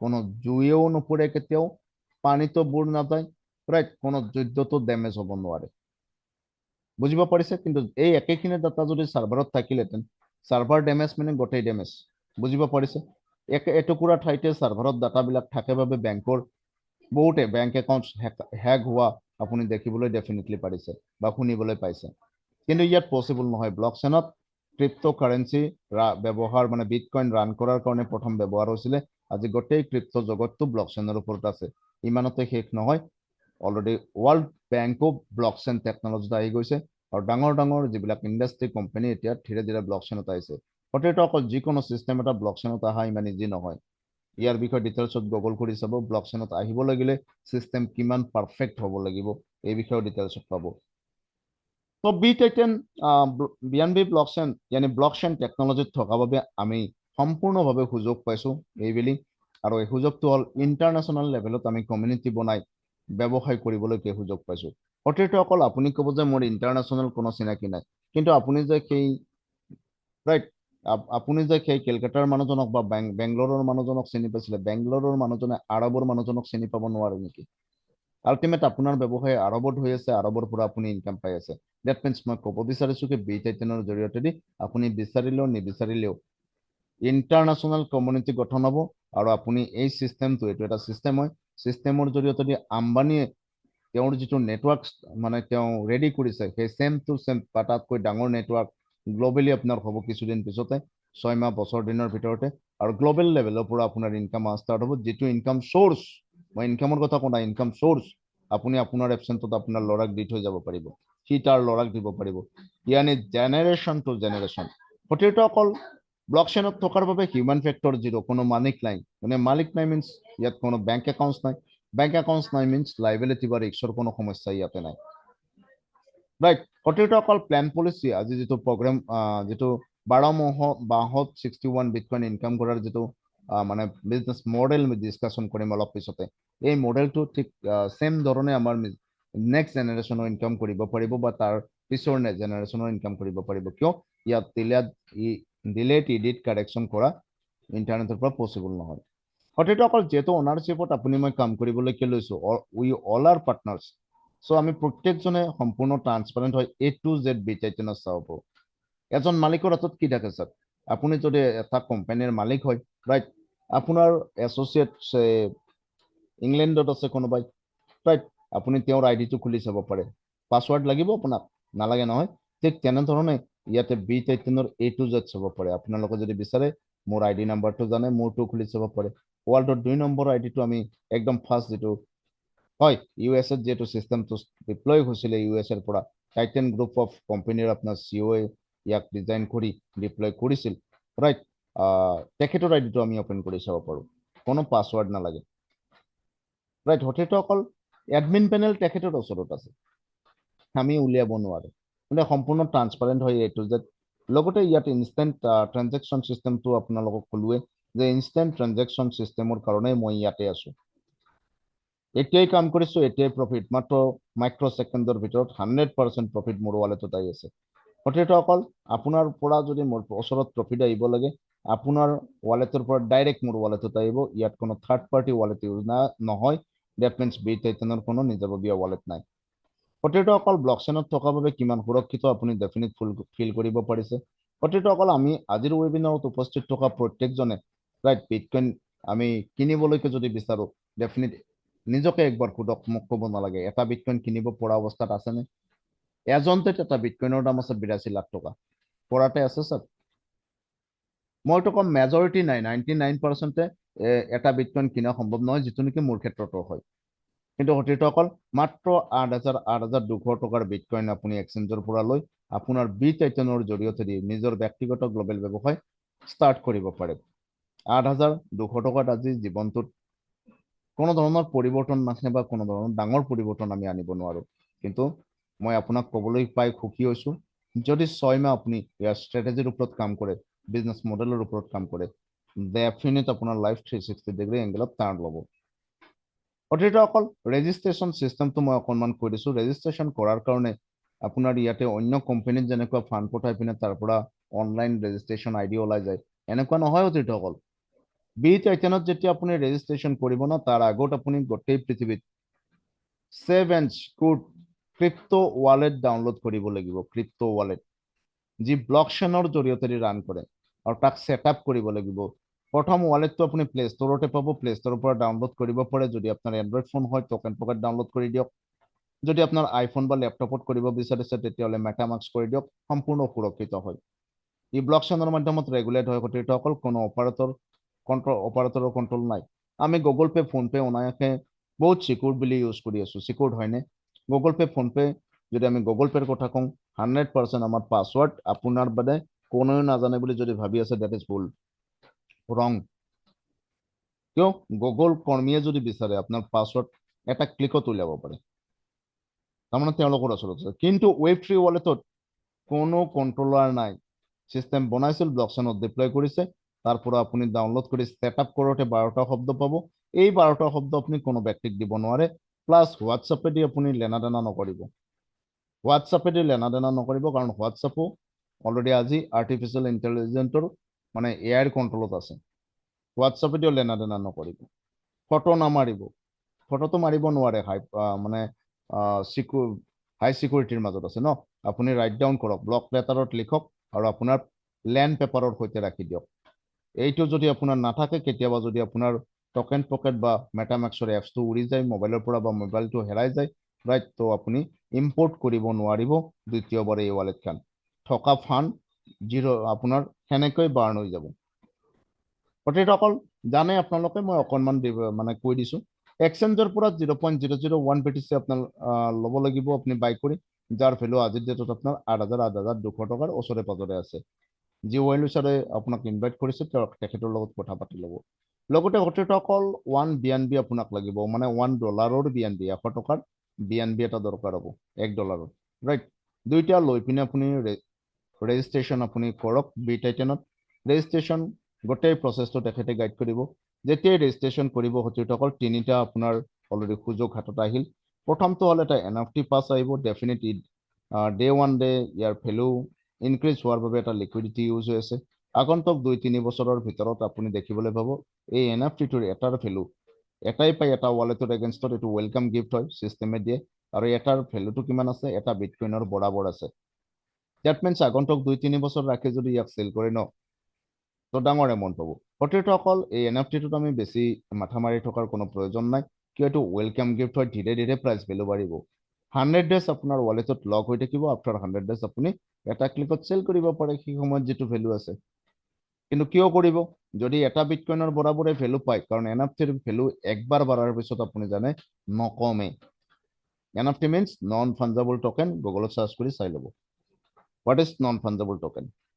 তো সতীৰ্থসকল দ্বিতীয় পাৰ্টটো হ'ল আমি যাক লৈ যেটো বিচাৰি আজিৰ ৱেবিনাৰত উপস্থিত আছো এটো হ'ল আনলিমিটেড বিটকইন ইনকাম সোৰ্স ইয়াতে আছে ইয়াত 12টা স্লট আছে ৰাইট 12টা স্লটৰ পৰা প্ৰতিদিনে আমি 12টা ইনকাম কৰিবলৈকে সক্ষম হওঁ এই বিষয়ে ডিসকাশন কৰাৰ আগতে ক'ব বিচাৰিম আমাক সকলোকে এট্ৰাক্ট প্ৰথমে কৰা ইয়াতে থাৰ্ড পাৰ্টটো আছে ৰেংক এণ্ড ৰিৱাৰ্ড সতীৰ্থসকল সহজ ভাষাত আমাৰ যদি খাটি অসমীয়াত আমি ক'বলৈকে বিচাৰো স্যালাৰি আছে স্যাৰ 4 ধৰণৰ স্যালাৰি আছে 4 নম্বৰ স্যালাৰি পোৱাৰ পিছত আপোনাৰ 3 নম্বৰ 2 নম্বৰ আৰু 1 নম্বৰ বন্ধ নহয় কন্টিনিউ হৈ থাকে আৰু ই আমাক এট্ৰাক্ট কৰে কিয় মাহৰ 21 তাৰিখে আমি কন্টিনিউ পাওঁ গ্লোবাল বিজনেছৰ পৰা নিজৰ বিজনেছৰ পৰা অকল নহয় তো আহক সতীৰ্থসকল আমি ডিটেইলছ আমি জানিবলৈকে বিচাৰিম NFTৰ বিষয়ে আমি জানিলো এতিয়া আহক 61 বিটকইনৰ বিষয়ে কথা পাতিম সতীৰ্থসকল 61 বিটকইন কিনাৰ কাৰণে আপুনি কি কৰিছে 0.001 বিটকইন মানে 8,200 টকাত আপুনি বিটকইন কিনি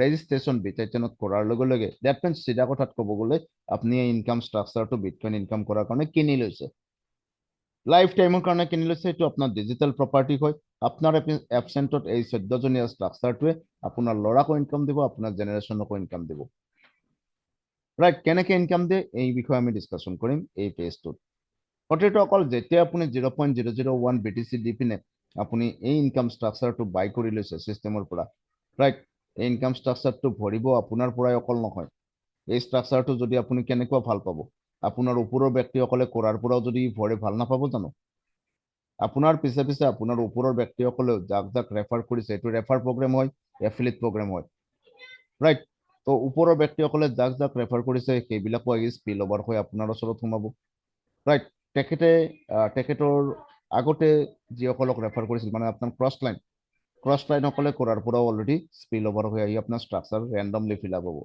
ইয়াত মেকানিজমটো কি আছে বুজি লওক বিটাইটেনৰ মেকানিজম হ'ল বাওঁফালৰ পৰা সোঁফাললৈকে ৰেণ্ডমলি ফিল আপ হ'ব ৰাইট আৰু টপ লেভেলৰ পৰা বটম লেভেললৈকে ইয়ানি প্ৰথম লেভেলৰ পৰা দ্বিতীয় লেভেল তৃতীয় লেভেল ৰেণ্ডমলি ফিল আপ হ'ব left to right top to bottom সতীৰ্থসকল এই গোটেইটো ফুলফিল হওঁতে ডেফিনেট আপুনি অকলে কৰিলে বহুত সময় লাগিলহেঁতেন তো আপোনাৰ সৈতে আপোনাৰ ওপৰৰ পিনে কমসে কম 2জন সিনিয়ৰ আৰু তেখেতসকলৰ 2জনকে ডাউনলাইন হ'লেও ৰাইট 4জন ক্ৰছ লাইন ইয়ানি টোটাল কিমান হ'ল 4 2 6 আপুনি এতিয়া 7জন এই 7জনে কৰাৰ পৰা এই ষ্ট্ৰাকচাৰটো পৰিপূৰ্ণ হ'ব যদি হোৱাটো বিচাৰে তেতিয়াহ'লে আপোনাৰ প্ৰথম ষ্টেপটো হ'ব কি স্পিল হৈ তেখেতসকলৰ পৰা আহিব স্পিল ওভাৰ লকটো আপুনি খুলিব লাগিব প্ৰত্যেকজন নিউ কামাৰ্ছে অলৰেডি স্পিল ওভাৰ লকটো লাইফত একবাৰে খুলি ওপেন কৰি ল'ব লাগে সেইটো কি সেইটো 2জন ৰেফাৰ সতীৰ্থসকল 2জন ৰেফাৰ কৰিবই লাগিব আৰু 50 crore যদি ল'বলৈকে বিচাৰে যেতিয়াই 2জন ৰেফাৰ আপুনি কৰিব প্ৰথমজন লেফ্ট সাইডে বহিব ৰাইট তেখেতৰ যেটো প্লেসমেন্ট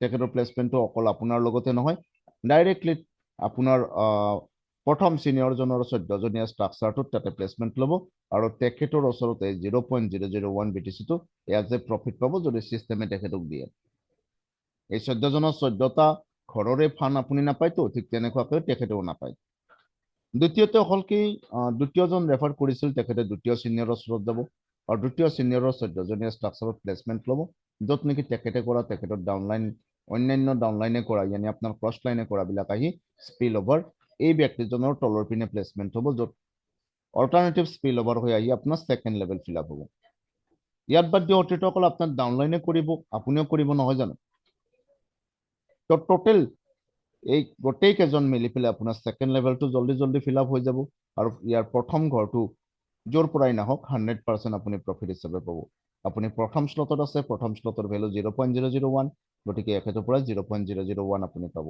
দ্বিতীয় ঘৰটো হোল্ড হ'ব তেতিয়ালৈকে যেতিয়ালৈকে তৃতীয় ঘৰটো আহি ফিল আপ নহয়। এইটো ফিল আপ হোৱাৰ লগে দুইটা ফান্ড লগ লাগি নেক্সট স্লট আনলক হ'ব। এনেকুৱা স্লট 12টা আছে অতিৰিক্তসকল।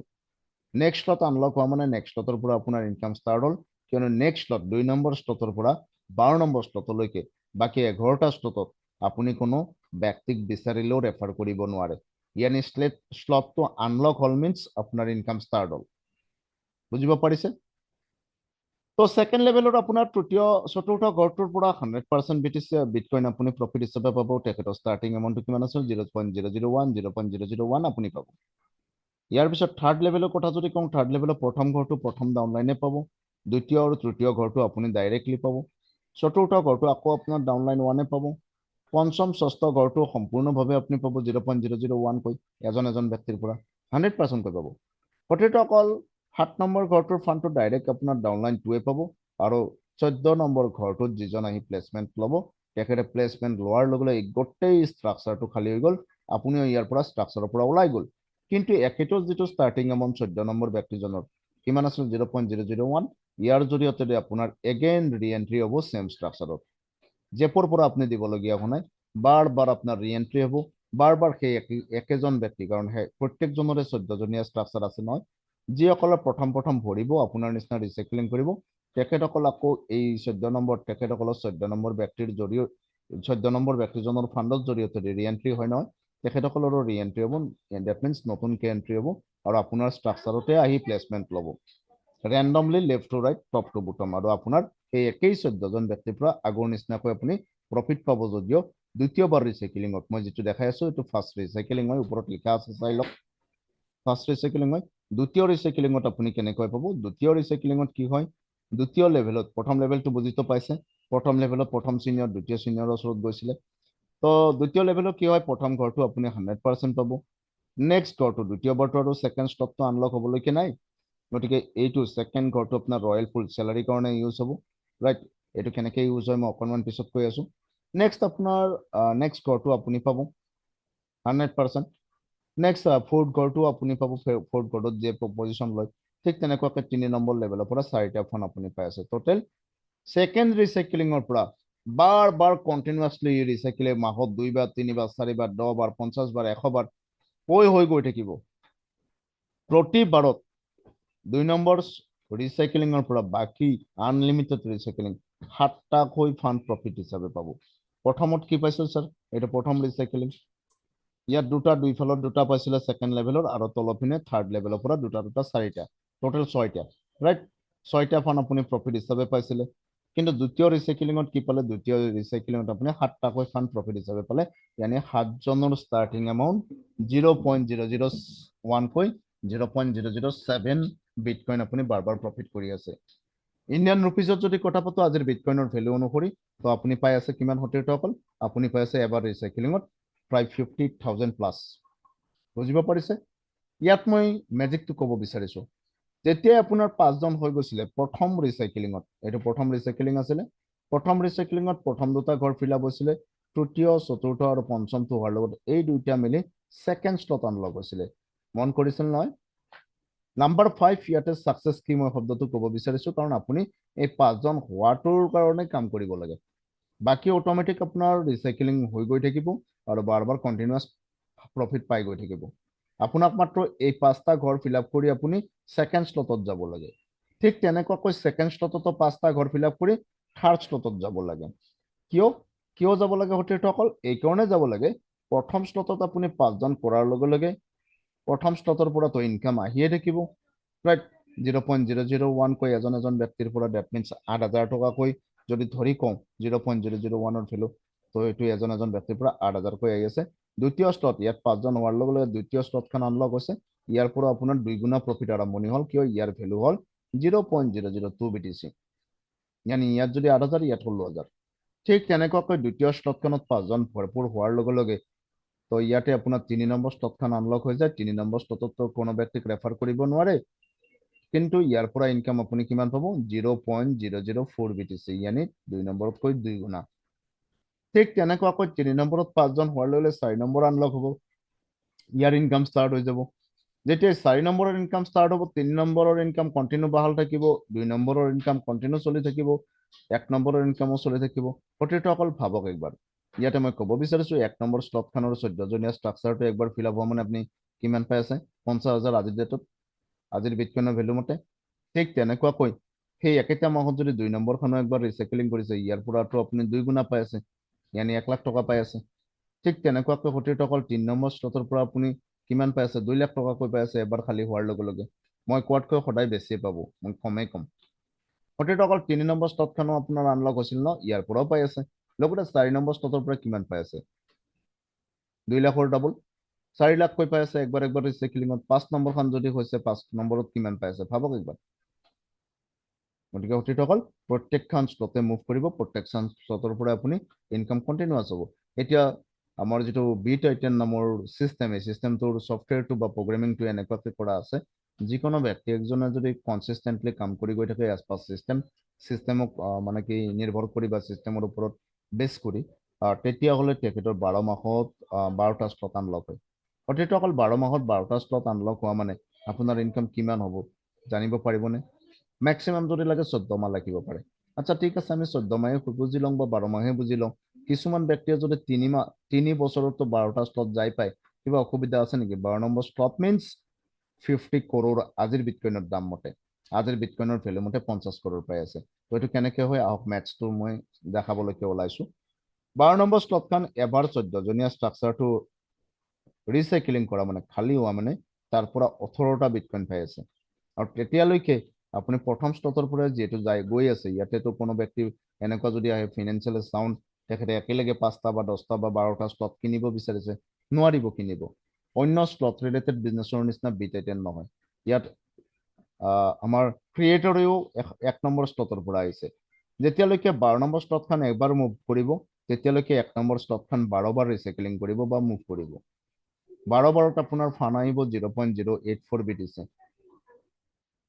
ৰাইট 11 নম্বৰ স্লটখন আপোনাৰ 11 বাৰ ৰিসাইকেলিং কৰিব সৰি 2 নম্বৰ স্লটখন 11 বাৰ ৰিসাইকেলিং কৰিব 3 নম্বৰ স্লটখন 10 বাৰ ৰিসাইকেলিং কৰিব আৰু 4 নম্বৰ স্লটখন 9 বাৰ ৰিসাইকেলিং এনেকে গোটেই স্লটৰ পৰা আপুনি প্ৰফিট পাই আছে 12 নম্বৰ স্লট একবাৰ খালি হোৱা মানে 61টা বিটকইন 1 কৰৰকে ধৰিলে 61 কৰৰ 2 কৰৰকে ধৰিলে কিমান হ'ব আপুনি নিজে ক্যালকুলেশন কৰক প্ৰেডিকশনে তো অলৰেডি কৈ আছে 2.5 কোটি যাব প্ৰতিটোসকল এই গোটেই ইনকামটো পসিবল হ'ব কেতিয়া যদি আপুনি 100% ওয়ার্ক কৰে কোনো এজন ব্যক্তি 100% পাৰফেক্ট নহয় এটা আমি প্ৰত্যেকে জানো 100% কোনোটা সিস্টেমত কোনো একজন ব্যক্তি কৰিব নোৱাৰে কিন্তু 100% ওয়াৰ্ক মিন্স সিস্টেম বেদে তাৰ মিনিংটো বেলেগ বেলেগ B-Titanৰ কথা যদি পাতো B-Titanত 100% ওয়াৰ্কিং কৰা মানে আপুনি দুজনক যদি ৰেফাৰ কৰিছে ৰাইট অৰ লেফট দেন আপুনি 100% ওয়াৰ্কিং আপোনাৰ কৰিছে আপুনি যেটো টিম জেনাৰেট কৰিছে এই টিমটোৰ প্ৰত্যেকজন ব্যক্তিয়ে যদি দুজনকৈ ৰেফাৰ কৰিছে দ্যাট মিন্স আপোনাৰ টিমত 100% ওয়াৰ্ক হৈছে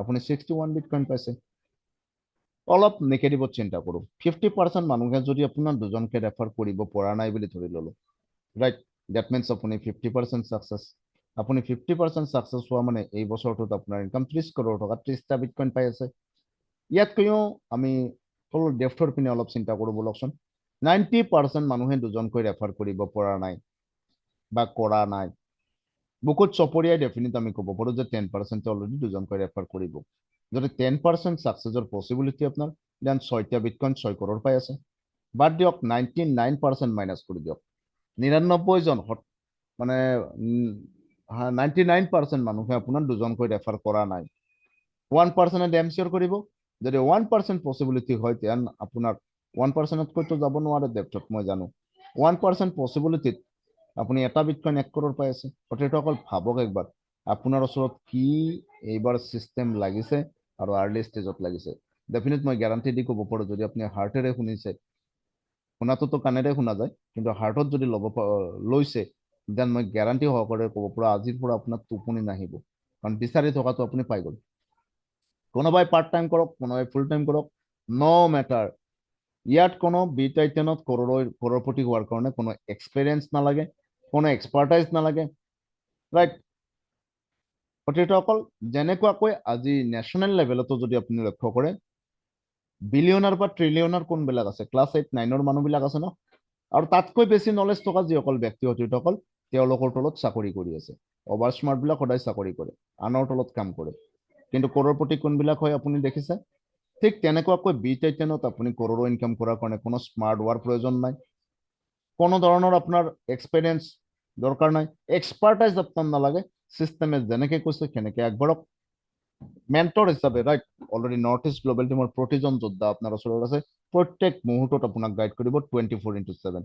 সতীৰ্থসকল, ইয়াৰ লগে লগে মই আপোনাক ডেফিনেট ক'ব বিচাৰিম, 12টা শ্লট যেতিয়া এবাৰ আনলক হ'ব, আপোনাৰ কৰিবলগীয়া 13 নম্বৰ মাহত একো নাথাকে। আৰু সেই 13 নম্বৰ মাহ, ছিংগল মাহটোত ডেফিনেট ইয়াতে ৰিটায়াৰমেণ্ট আপোনাক দিয়া মানুহ কোনো নাই, যিহেতু আপুনি অনাৰশ্বিপত কাম কৰি আছে, ৰাইট। গতিকে 13 নম্বৰ ছিংগল মাহত আপুনি ইনকাম, যদি এই প্ৰত্যেকটো শ্লট এবাৰকেও খালী হয়, এবাৰকেও যদি সেই একেটা মাহত খালী হয়, তেতিয়াহ'লে আপোনাৰ ইনকাম 13 নম্বৰ মাহত আহি আছে 32টা বিটকইন, মানে এটা ছিংগল মাহত আহি আছে 32 কৰোৰ টকা। বুজিব পাৰিছে? প্ৰতিটো শ্লট এবাৰকেও যদি খালী হয়, কিয় 12 নম্বৰ শ্লট আনলক হোৱা মানে স্যাৰ আপোনাৰ টিমটোৰ পৰা ইনকাম পাব তেনেকুৱা নহয়। গ্ল'বেল লেভেলত আপুনি শীৰ্ষস্থান পালে, আৰু গ্ল'বেলি গোটেই পৃথিৱীত য'ত যিমান মানে কি অলৰেডি ইয়াৰ পাৰ্টিচিপেট আছে, পাৰ্টনাৰ্ছ আছে ন B-টাইটেনৰ, তেওঁলোকে কৰাৰ বোলে বিভিন্ন দেশৰ পৰা আহি আপোনাৰ ইয়াতে স্পিল অভাৰ সোমোৱা আৰম্ভণি কৰিব। তেনেকুৱাতো মাহত আপোনাৰ 10 বাৰ 15 বাৰ ৰিচাইকেলিং বা তাতকৈ বেছি ৰিচাইকেলিং হ'ব, ৰাইট। মই উদাহৰণ হিচাপে এবাৰ যদি খালী হয়, 1 নম্বৰ শ্লটখন যদি এবাৰ খালী হয়, সতীৰ্থসকল আপুনি কিমান পাই আছে? 50,000 টকা পাই আছে। আজিৰ বিটকইনৰ ভেলুটো আজিৰ ভেলু থকা বুলি ধৰি ল'লো। দ্বিতীয়খনত আপুনি কিমান পাইছে? এইখনতো একবাৰ খালী হ'ল, একবাৰ বুলি ধৰি লৈছোঁ, ইয়াৰ পৰা 1 লাখ টকা পাই আছে। নেক্সট তৃতীয়খনৰ পৰা কিমান পাইছে? 2 লাখ টকা পাই আছে। চতুৰ্থখনৰ পৰা কিমান পাই আছে? 4 লাখ টকা পাই আছে। পঞ্চমখনৰ পৰা কিমান পাই আছে স্যাৰ? 8 লাখ টকা পাই আছে, বাই ডাবল। চিন্তা কৰক একবাৰ। গতিকে মাত্ৰ মই টকা হিচাপত কৈছোঁ যদিও আমাৰ যিহেতু অসমৰ ৱেবিনাৰ হয়, তো INR-ত ক'লে অলপ বুজাত সহজ হয়, কিন্তু যিসকল এক্সপাৰ্ট আজিৰ ৱেবিনাৰত মেক্সিমাম এক্সপাৰ্ট আছে মই জানো, তো বিটকইন ফৰ্মত লিখা আছে, আপোনালোকে স্যাৰ নিজে কেলকুলেশ্যন কৰি ল'ব, আৰু বিটকইনৰ প্ৰাইচ ভেলু বঢ়াৰ লগে লগে সকলো বাঢ়ি যাব। তো অতীতসকল ইয়াতে দেখিবলৈ পাইছে আপোনাৰ 32টা বিটকইন এটা ছিংগল মাহত। তো আপুনি ব্ৰেণ্ড হ'ব পাৰিব কি নোৱাৰে, আপোনাৰ কাৰণে B-টাইটেন হয় নে নহয় এবাৰ ভাবি চাব। কিয় কৰোৰৰ কথা বহুত সংখ্যক ব্যক্তিয়ে ভাবিব নোৱাৰে, আৰু যোনে ভাবিব পাৰে তেখেতে অলৰেডি ইনকাম কৰাটো ইয়াত অত্যন্ত সহজ হৈ আছে। চিষ্টেমটো একদম আপোনালোকৰ সন্মুখত দেখিবলৈ পাইছে, একদম চিম্পুল হয়।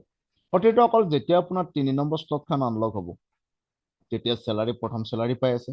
যে যিয়ে চেলাৰী ষ্টাৰ্ট হ'ল, 3 নম্বৰ শ্লট আনলক হ'ল, দ্বিতীয়বাৰতো 3 নম্বৰ শ্লটখন আনলকটো অফ হৈ নাযায় ন, লক হৈ নাযায়, ডেট মিনছ আনলকেই হ'ল। গতিকে গ্ল'বেল বিজনেছৰ পৰা আপুনি অলৰেডি ইয়াৰ পৰা কি পাব? ৰয়েলটি পাব। তো আহক ৰয়েলটি কেনেকৈ পায় এই বিষয়ে অলপ কথা পাতিম। সতীৰ্থসকল, মই অকণমান ফ্লাছবেকত গৈছোঁ। ইয়াতে আপুনি দেখিবলৈ পাইছে দ্বিতীয় শ্লটখনত কি ঘটনা ঘটিছিলে। দ্বিতীয় শ্লটখনত আপোনাৰ ছেকেণ্ড লেভেলত দ্বিতীয় ঘৰটোৰ ফাণ্ডটো ৰয়েল পুলত জমা হৈছিলে। অকল আপোনাৰে নহয়, পৃথিৱীৰ প্ৰত্যেকজন ব্যক্তিৰে যিমান বাৰ মাহটোত যদি 10 বাৰ ৰিচাইকেলিং হয়, 10টা ফাণ্ড সোমাব ৰয়েল পুলত। ৰয়েল পুল এটা স্মাৰ্ট কণ্টেক্ট হয়, আৰু তাতে জমা হোৱা ফাণ্ডটো গোটেই পৃথিৱীৰ প্ৰতিজন ব্যক্তিৰ প্ৰতিখন শ্লটৰ পৰা যায়। ছেকেণ্ড ৰিচাইকেলিং হোৱাৰ লগে লগে প্ৰত্যেকখন শ্লট, 1 নম্বৰ শ্লট বুলি কথা নাই, 2 নম্বৰ শ্লট বুলি কথা নাই, 3 নম্বৰ 12 নম্বৰ বুলি কথা নাই, প্ৰতিখন শ্লটৰ ছেকেণ্ড ৰিচাইকেলিঙৰ পৰা আনলিমিটেড ৰিচাইকেলিঙলৈকে এই ফাণ্ডটো জমা হ'ব ক'ত? ৰয়েল পুলত। কিমান তাৰিখৰ পৰা কিমান তাৰিখ? 21 তাৰিখৰ পৰা 21 তাৰিখলৈকে। 21 তাৰিখে কি হ'ব? চিষ্টেম অট'মেটিক কৰা আছে।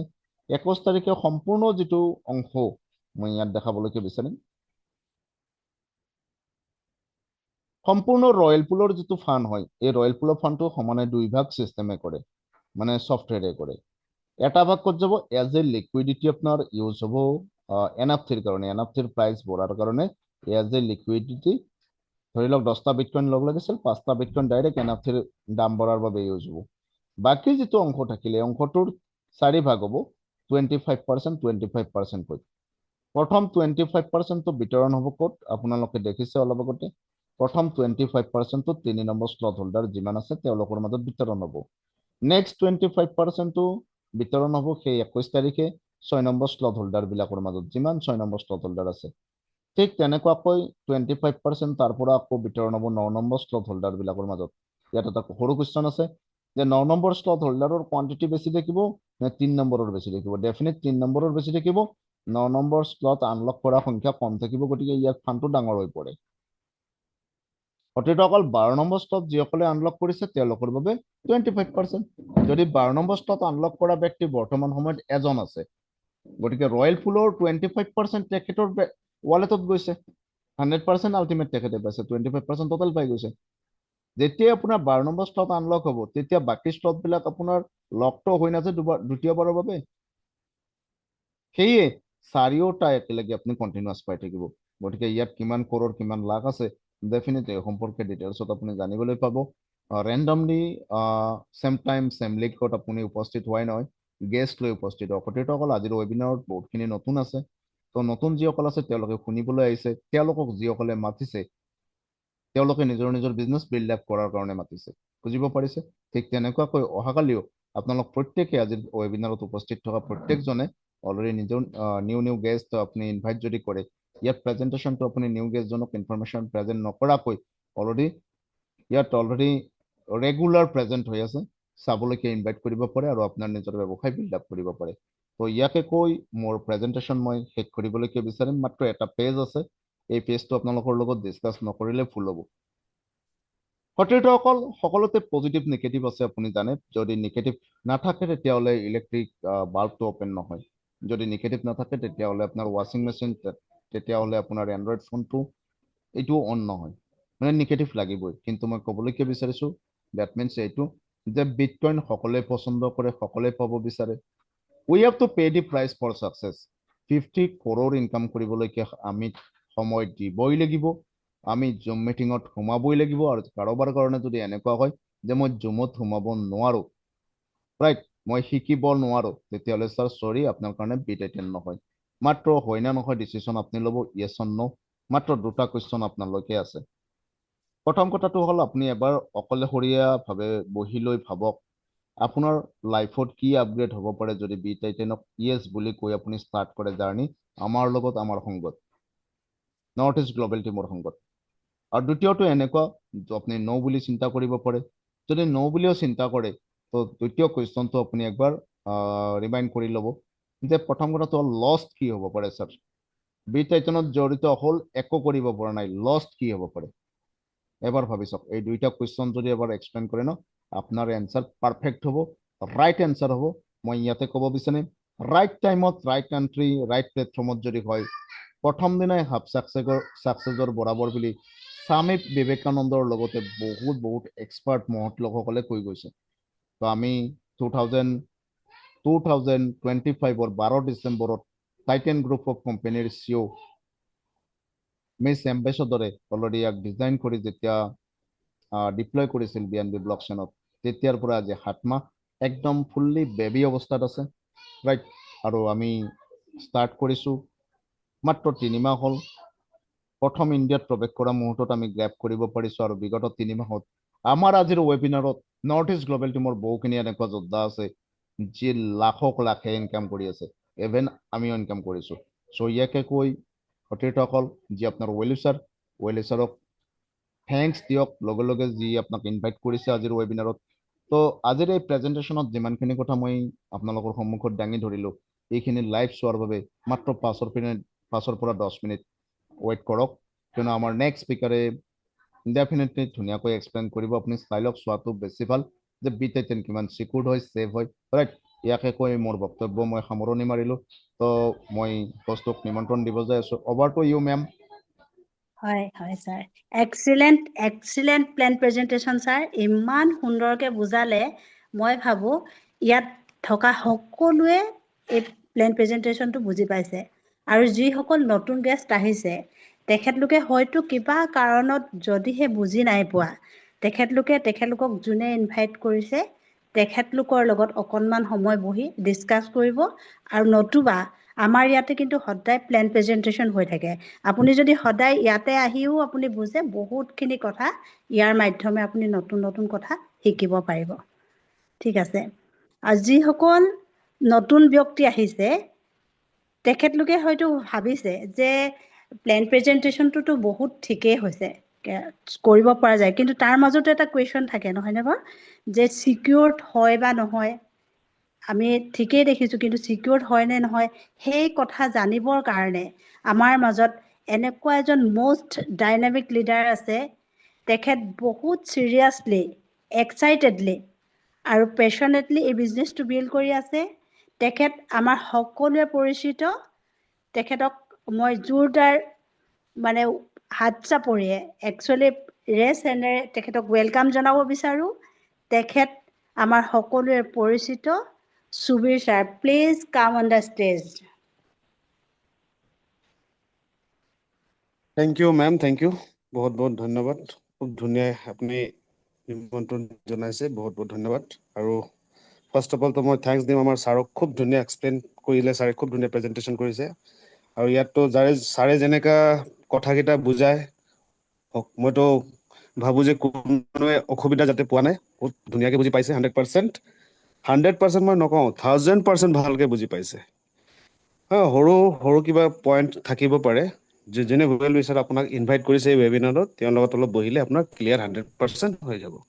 ইমান ধুনীয়া প্ৰজেক্ট ছাৰ যিটো ডিচেণ্ট্ৰেলাইজ বিষয়ে আমাৰ কৈছে যে 100% ছিষ্টেমটো যে কিহত ৰান কৰি আছে সেইটো আমাক দেখাবলৈ কৈছে। 100% মই লাইভ আপোনালোকক দেখাবলৈ বিচাৰিছোঁ আৰু চিয়'ৰ দেখাম। আৰু ইয়াত দেখানিৰ পিছত আপোনালোকে আজি নিজে ডিচিশ্যনটো ল'ব ইজি হ'ব যে আমি ইয়াৰ পৰা 50 crore যিটো 61 বিটকইন এক বছৰৰ ভিতৰত আমি আৰ্ণ যে কৰিব পাৰিম, যে ইয়াত 100% কোটি টকা ইনকাম কৰাৰ সহযোগ আমি বিটাইটেন ছিষ্টেমৰ মাধ্যমৰ পৰা আমি 100% কৰিব পাৰিম।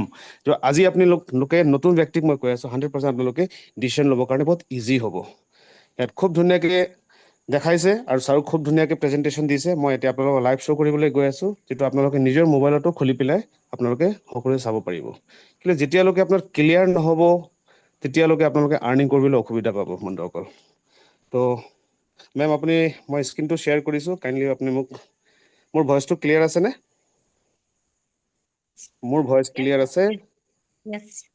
Okay, thank you, thank you. চাব, মই গুগলত খুলিবলৈ গৈ আছোঁ বন্ধুসকল।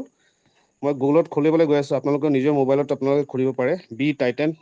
btitan.net মাৰাৰ লগে লগে অ'পেন হৈ যায়। চাওক, মই btitan ক্লিক কৰিলোঁ, btitan ছিষ্টেমত খুলি গৈ আছে। মই কোনো এপছত খোলা নাই, কোনো ৱালেটত খোলা নাই, ডাইৰেক্ট গুগলত খুলিছোঁ বন্ধুসকল। ইয়াত চাওক, ইয়াত স্পষ্টভাৱে দিয়া আছে the gateway two new crept' opportunity btitan, স্পষ্টভাৱে ইয়াত দিয়া হৈছে। আৰু ছাৰে কি ধুনীয়াকৈ প্লেনত প্ৰথমত আৰম্ভণিতেই কৈছিলে যে btitan এটা টাইটেন গ্ৰুপ অফ কোম্পানীৰ মাধ্যমৰ পৰা এই ছিষ্টেমটো নিৰ্মাণ হৈছে, যিটো আমাৰ এম্বেচেডৰ যিটো কথা কৈছে ছাৰে, তেওঁলোকে already 4th launching project already চলি আছে, গ্ল'বেলি চলি আছে ডিচেণ্ট্ৰেলাইজ ছিষ্টেমৰ যোগেদি।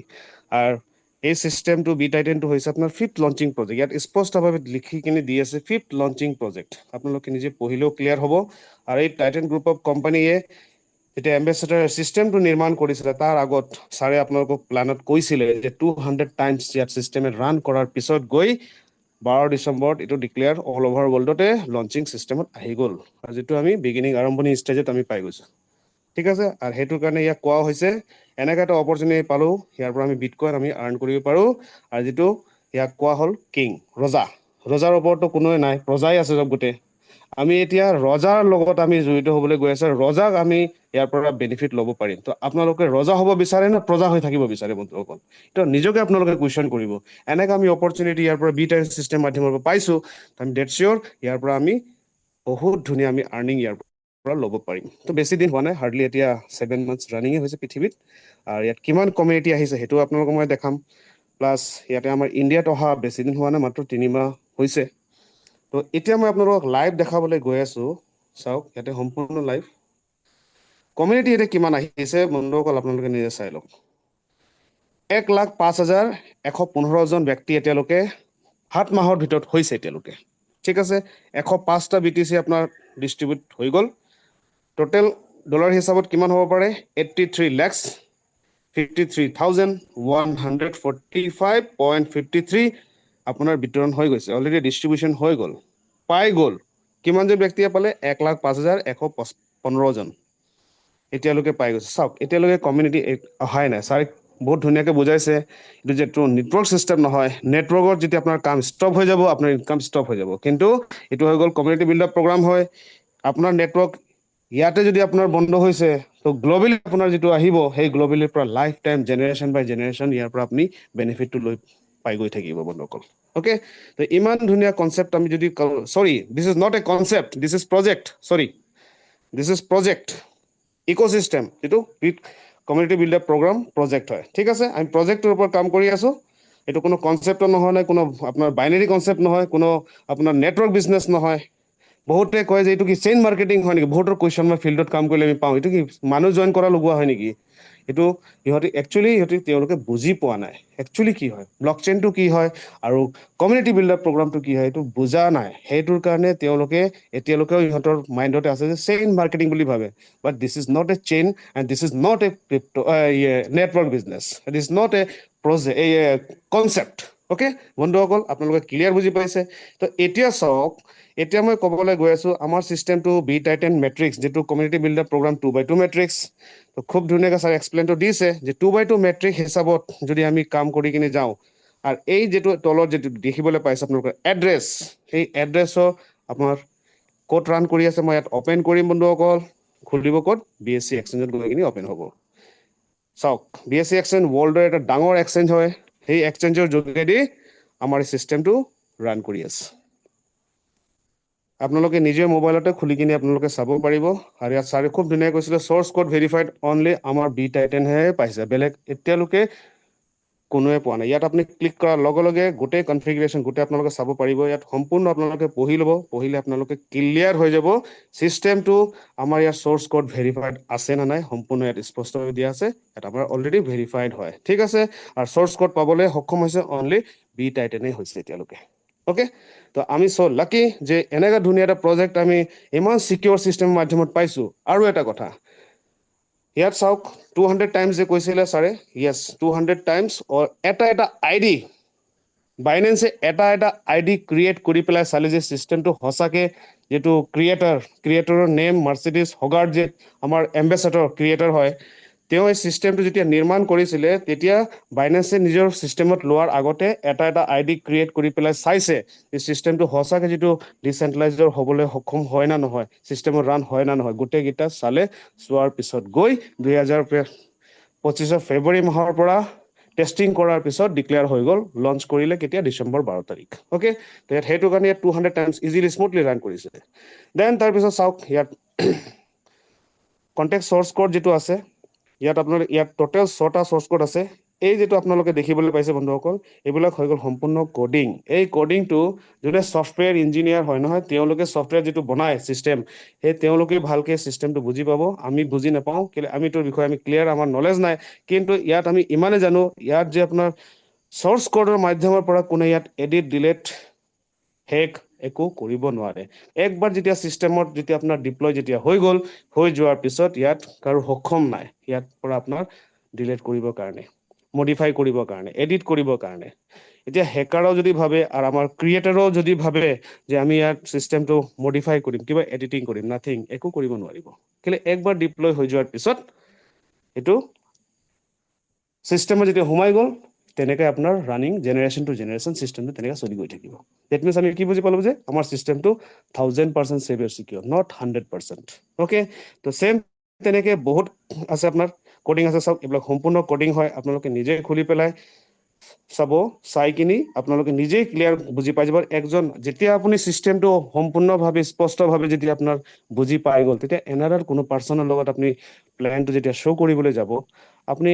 এই প্ৰগ্ৰামিং গিটা 100% তেওঁলোকৰ লগত শ্বেয়াৰ কৰিব দেখাব যে আমাৰ চিষ্টেমটো যে হয়তো কোনো কোম্পানী নহয় আৰু এইটো কোনো চেইন মাৰ্কেটিং নহয় বহুতৰ মুখত আহে অকল চেইন মাৰ্কেটিং কথা কয় chain what is mean by chain marketing কি হয় মানুহ জইন কৰা এটা আমাৰ কোনো মানুহ জইন কৰা নহয় এইটো কমিউনিটি বিল্ডাৰ প্ৰগ্ৰাম সেইটো স্পষ্টভাৱে যেতিয়া ক্লিয়াৰ কৰাই দিব তেতিয়া তেওঁ পাৰ্টি আপোনাৰ বুজি পাই যাব হয় সঁচাকে আমি এটা একজন লগত কমিউনিটি বিল্ডাৰ প্ৰগ্ৰামৰ লগত জড়িত হৈ কিনে ইয়াৰ পৰা যে সেফ সিকিউৰ জনত আমি আছো আৰু ইয়াৰ পৰা যে 61টা বিটকইন আমি ইয়াৰ পৰা আৰ্নিং কৰিব পাৰিম ইটো চিয়ৰ এণ্ড চাৰ্টেন হি নিজেও আপোনাৰ ক্লিয়াৰিফাই হৈ যাব লগে লগে 0.001 BTC দি কিনি আপোনাৰ লগত এন্ট্ৰিও কৰি ল'ব তো এইবিলাক হৈ গ'ল কেলকুলেশ্যন প্ৰগ্ৰাম যেটো আমি ইনকাম পাওঁ এই ইনকামৰ কোডিং হয় সম্পূৰ্ণ বন্ধুসকল এইটো সম্পূৰ্ণ কেলকুলেশ্যন প্ৰগ্ৰাম ওকে যেটো আমি ইনকাম আমি পাই আছো তো ইয়াত আপোনাৰ কোনো সক্ষম নাই কোনো ইয়াত আপোনাৰ এডিট ডিলিট হেক একো কৰিব নোৱাৰে তো আমাৰ 100% that means 100% save and secure. তো এতিয়া মই আপোনালোকক দেখাবলৈ গৈ আছোঁ, যেতিয়া ছিষ্টেমত যেতিয়া আপোনাৰ মেম্বাৰশ্বিপ হৈছিলে, এছ'চিয়েট মেম্বাৰ হৈ কিনি 0.001 দি পেলাই আপুনি যেতিয়া এণ্ট্ৰি কৰিছিলে, ছাৰে তেতিয়া এটা কথা কৈছিলে যে NFT পাছ, ৱেলকাম পাছ বুলি পোৱা হয়, আপোনাক দিয়ে ছিষ্টেমে। ইয়াৰ চাওক, ইয়াতো আমি এড্ৰেছটো যে আছে, এইটো ক'ত খুলিব? BSC এক্সচেঞ্জত খুলিব, যিটো বাইনেন্সত, ৱৰ্ল্ডৰ যিটো ডাঙৰ এক্সচেঞ্জ BSC এক্সচেঞ্জৰ যোগেদি আমাৰ স্মাৰ্ট কণ্টেক্ট ইয়াৰ পৰাই আমাৰ ৰান কৰি আছে। ইয়াত চাওক স্পষ্টভাৱে লিখা আছে টাইটেন ক্লাব NFT। আৰু বাকী অল আৰ ইকুৱেল, চব আপোনালোকে ক্লিয়াৰ মই দেখালোঁ। তাৰপিছত চাওক, NFT যদি আপুনি চেল কৰিব বিচাৰে, ইয়াৰ পৰা আপোনাৰ যিটো এড্ৰেছ আছে সেই এড্ৰেছটো BSC এক্সচেঞ্জৰ হয়, লগে লগে ইয়াৰ পৰা আপুনি চেল কৰিব পাৰিব। ইয়াত আপোনাৰ ছেকেণ্ডত নিজৰ যিটো ৱালেটটো কৈছিলে ছাৰ, যে ৱালেট আপোনাৰ টোকেন পকেট আৰু মেটামাস্ক আপুনি ৱালেট ক্ৰিয়েট কৰিব লাগিব। দেন তাৰপিছত 0.001 আজি যিটো BTCৰ ভেলু চলি আছে, সেই ভেলু দি পেলাই আপুনি এণ্ট্ৰি কৰি পেলাই ইয়াৰ পৰা কামটো জাৰ্নিটো আপুনি ষ্টাৰ্ট কৰি কিনি ইয়াৰ পৰা 61 বিটকইন ইয়াৰ পৰা আৰ্নিং ল'ব পাৰিব। আৰু আপোনাৰ যদি বিচাৰে মই NFT চেল কৰিম, 100 ডেজ লৈকে আপোনাৰ লক থাকে। আপুনি যদি ইয়াৰ পৰা হোল্ড কৰি কিনি 1 বছৰ 2 বছৰ 3 বছৰ যিমান দিনলৈকে আপুনি ভেলুটো যিমান দিন ৰাখিব, ইমান ভেলুটো যিমান বাঢ়িব, আপোনাৰ NFT ভেলু ইমানেই পাব আপুনি। তো কিন্তু অপশ্যন আছে 100 ডেজৰ পিছত আপুনি চেল কৰিব বিচাৰিলে কৰিব পাৰে। এইটো চেল অপশ্যনটো আছিলে। তো এতিয়া চাওক, আমি দেখাই আছোঁ এতিয়ালৈকে বৰ্তমান কমিউনিটিত কিমানজন ব্যক্তিয়ে যিটো আপোনাৰ ৰেংক এচিভ কৰিছে, ৰয়েল্টি এচিভ কৰিছে বন্ধুসকল। ইয়াত চাওক, ফাৰ্ষ্ট ৰেংকটো কোনটো হয়? আমি যেতিয়া থাৰ্ড ৰেংক এচিভ কৰোঁ, থাৰ্ড ৰেংক এচিভ কৰাৰ পিছত কোনটো ৰেংক পায়? ৰেংক আমাৰ নামটো কি কয়? ৰয়েল বুলি কোৱা হয়। ৰেংক 1, 1 নম্বৰ 3 নম্বৰ শ্লট যেতিয়া আপুনি কোৱালিফাই কৰি লয়, ঠিক আছে। ইয়াত চাওক টোটেল 3917, 3917জন মাত্ৰ হৈছে এতিয়ালৈকে পৃথিৱীত। এতিয়ালৈকে টোটেল এতিয়ালৈকে কমিউনিটি চাওক, আপুনি অহাই নাই বন্ধুসকল। আৰু 6 নম্বৰ ৰেংক যিটো আমাক কোৱা হৈছে, কি ৰেংক কৈছে? 6 নম্বৰ ৰেংকত এতিয়ালৈকে 25জন ব্যক্তিহে আহিছে এতিয়ালৈকে। চাওক, এতিয়ালৈকে কি ব্যৱসায় একো হৈছে নেকি? 7 মাহ হৈ গ'ল এতিয়ালৈকে, গ্ল'বেলি এতিয়ালৈকে 7 মাহ হৈছে, 7 মাহৰ ভিতৰত বেছি হোৱাই নাই। তো আমি ক'ত আছোঁ এতিয়া? আমি আৰম্ভণিত পৰ্যায় আছে নে নাই? তো এতিয়া আমি এটা এনেকুৱা অপৰচুনিটি BTC চিষ্টেমৰ মাধ্যমৰ পৰা আমি যে আৰ্নিং যে ল'ম যে, আৰু ইয়াৰ পৰা আমি কৰিব পাৰিম যে 100 নহয় 1000% ইয়াৰ পৰা আৰ্নিং ল'ব পাৰিব। এইটো আপোনাৰ ডিপেণ্ড কৰে আপোনাৰ ওপৰত, আপুনি কিমান স্পীডলি ৱৰ্ক কৰিব, ইয়াতে কিমান জল্দি আপোনাৰ নিজৰ শ্লটকেইটা আপুনি বাই কৰিব পাৰিব, কিমান জল্দি আপোনাৰ শ্লটকেইটা অপেন কৰি কিনে আপোনাৰ কামটো শেষ কৰিব বিচাৰিব। ইয়াত আমাৰ লাইফ টাইম জীৱন ভৰ ইয়াত কাম কৰিব আমাৰ দৰকাৰেই নাই। আমাৰ মাত্ৰ 12টা শ্লট, যিটো ছাৰে খুব ধুনীয়াকৈ এক্সপ্লেইন কৰি পেলাই বুজাইছে আপোনালোকক। প্ৰত্যেকটা শ্লট যদি আপোনাৰ অপেন হৈ যায়, 12 নম্বৰ শ্লট খোলাৰ পিছত, অপেন হৈ যোৱাৰ পিছত, তাৰপিছত আপোনাৰ কাম কৰিবলৈ একোৱেই নাই। তেতিয়া আপুনি অকল ৰিচাইকেল লৈ থাকিব। ৰিচাইকেল লৈ থাকি প্ৰত্যেক মাহে মাহে যদি আপোনাৰ ৰিচাইকেল কৰিলে 32টা বিটকইন, দেন তাৰপিছত 12 টাইমছ যদি ৰিচাইকেল হয় আপোনাৰ 61টা বিটকইন, আপুনি ভাবিছে আপুনি পইচা কি কৰিব, ক'ত ৰাখিব? আপোনাৰ ওচৰত পইচা আহিবলৈ গৈ আছে, আপোনাৰ পইচা আপোনাৰ কাৰণে কাম কৰিব, আপুনি পইচাৰ কাৰণে কাম কৰিব নালাগে তেতিয়া। এতিয়া কিন্তু প্ৰথম হাৰ্ড লেবাৰ কৰিব লাগিব, প্ৰথম হাৰ্ড ৱৰ্ক, দেন আপোনাৰ স্মাৰ্ট ৱৰ্ক অট'মেটিকেলি হৈ যাব। অ'কে বন্ধুসকল, চাওক 6 নম্বৰ ৰেংকত আপোনাৰ 25জন মানুহ হৈছে। 9 নম্বৰত এতিয়ালৈকে মাত্ৰ 1জন ব্যক্তিহে আহিছে পৃথিৱীত। তো সেইটো কমপ্লিট 25% পাই আছে ন, 25%। আৰু 12 নম্বৰত একজনে হৈ আছে, তো কমপ্লিট সি পুৰা চেলেৰিটো লৈ আছে। চাওক, তো চেলেৰিৰ কথাও ছাৰে কৈছে, কিমান চেলেৰি পাব। ইয়াত চাওক, আমিও নাপাম নে? আমি এতিয়ালৈকে যিমান জল্দি এই 1 নম্বৰ যে ব্যক্তি যে আছে 12 নম্বৰ শ্লটত, ইয়াৰ শ্লটত যদি আমি চবেই কাম কৰি পেলাই ইয়াৰ ষ্ট্ৰাকচাৰ যদি আমি চবেই সোমাই যাব যদি পাৰোঁ, তেতিয়াহ'লে গোটা ৱৰ্ল্ডত পৰা যিটো কমিউনিটি বিল আহিব, গ্ৰুপ আহিব, আপোনাৰ শ্লটটো বাই হ'বই, 12 শ্লট অপেনো হ'ব, প্লাছ আপোনাৰ কিমান বাৰ ৰিচাইকেল কৰিব, একবাৰ আপোনালোকে সেইটো ভাবি চাওক। একবাৰ যেতিয়া ৰিচাইকেল যেতিয়া হোৱা আৰম্ভ হ'ব, আপোনাৰ একদিনত 1 নম্বৰ ঘৰ কমচে কম 4-5 বাৰ 6 বাৰ নহয় 10-15 বাৰ হৈ থাকিব। তেতিয়া আপোনাৰ চাওক, ইয়াত ইনষ্টেণ্ট ইনকাম। প্ৰত্যেকটা শ্লট যদি আপোনাৰ 10 টাইমছকে মই ধৰিছোঁ, মিনিমাম 10 টাইমছ যদি ৰিচাইকেল যদি হয়, একবাৰ চাওক আপোনাৰ এটা ৰিচাইকেলত আপুনি কিমান বেনিফিট আপোনাৰ ওচৰত আহি আছে। আপুনি একবাৰ ভাবি চাওক, তো আপুনি মিলেনিয়াৰ ঘৰত যাব না নাযাব? আপোনাৰ জেনেৰেশ্যনটো যে আপোনাৰ লাইফ চিকিউৰ হ'ব না নহ'ব?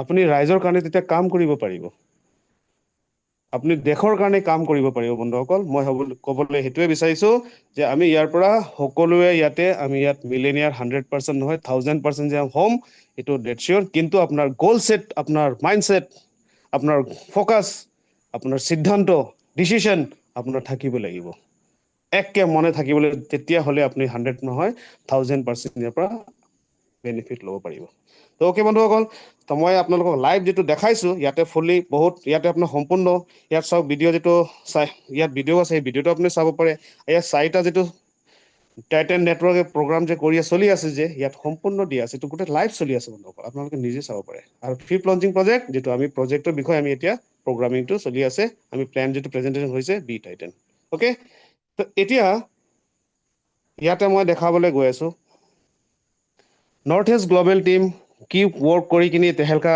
পুৰা গোটা পৃথিৱীত ৰচাইছে আৰু গোটা ৱৰ্ল্ডত কেনেকৈ ৱৰ্কিং হৈ আছে সেইটো আপোনালোকক মই একবাৰ অলপ লাইভ দেখাব বিচাৰিছো যদি আপোনালোকে দেখিব বিচাৰে মই দেখাম এনিবডি কোনো কমেন্ট কৰক যে হসাকে স্যাৰ দেখাওক তেতিয়াহ'লে মই দেখাম নহলে মই হেণ্ড ওভাৰ কৰিম আৰু আজিৰ হোষ্টৰ নহলে আমাৰ কো হোষ্টক আপোনালোকে যদি চাব বিচাৰে মই নিশ্চয় দেখাম নতুন ব্যক্তিয়ে যদি চাব বিচাৰে মই দেখাবলৈ গৈ আছো আৰু যদি নহয় হ'ব স্যাৰ তেতিয়াহ'লে মই হেণ্ড ওভাৰ মোৰ কৰিম আমাৰ কো হোষ্টৰ ওচৰত কি কয় আপোনালোকে চাব বিচাৰে নে এনিবডি নো কমেন্ট নো ভয়েস Yes, sir. Yes, তাৰমানে sir. আপোনালোকে Yes, yes, yes. কমেন্ট নাহিলে মোৰ দেখাবলৈ এনাৰ্জি নাহিব ন Yes, sir. Continue. Yes, sir. Yes, Yes. sir.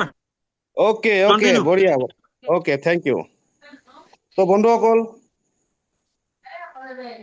আমাৰ ৰাইজৰ ফালৰ পৰা আহিছে যে নাই দেখাব লাগে তেতিয়াহে নতুন ব্যক্তিয়ে গম পাব সঁচাকে ইয়াৰ পৰা ফুলি চিষ্টেমটো ট্ৰান্সপাৰেন্সি হয় না নহয় তো এইটো কমপ্লিট ট্ৰান্সপাৰেন্সি প্ৰজেক্ট হয় আপুনি সম্পূৰ্ণ বস্তু আপুনি পাৰ্ট বাই পাৰ্টকে আপুনি চাই ল'ব পাৰে আপুনি ইয়াতে তেনেকুৱা বহুত ব্যক্তি হ'ব পাৰে যে কোম্পানীত কাম কৰিছিলে কোম্পানীত কিন্তু আপোনাৰ পাছৱৰ্ড দিব লাগে কিন্তু ইয়াত কোনো পাছৱৰ্ডৰ কোনো নাই কোনো পাছৱৰ্ডৰ কোনো মতলবেই নাই ইয়াত ফুললি ট্ৰান্সপাৰেন্সি আমি 2 নম্বৰ আইডি সদায় আমি প্লিজ আপোনালোকে প্লিজ মিউট কৰি ৰাখক এক্সকিউজ মি তো 2 নম্বৰ আইডি আমি সদায় আমি দেখাও 2 নম্বৰ আইডি হেইটোৰ কাৰণে দেখাও আমি চিনি নাপাওঁ বাট আমি এটা গেছ কৰিব পাৰো এই 2 নম্বৰ আইডিটো আমাৰ নিশ্চয় ক্ৰিয়েটৰে হ'ব এই ক্ৰিয়েটৰজন আমি নিজে বুজি লৈছো চাগে 2 নম্বৰজন ক্ৰিয়েটৰে হ'ব বন্ধুসকল কিন্তু আমিতো চিনি নাপাওঁ মই দেখাইছো যে এই 2 নম্বৰ ব্যক্তিয়ে কিমান ৱৰ্কিং কৰিছে এই 7 মাহৰ ভিতৰত আৰু কিমান স্লট ওপেন কৰিছে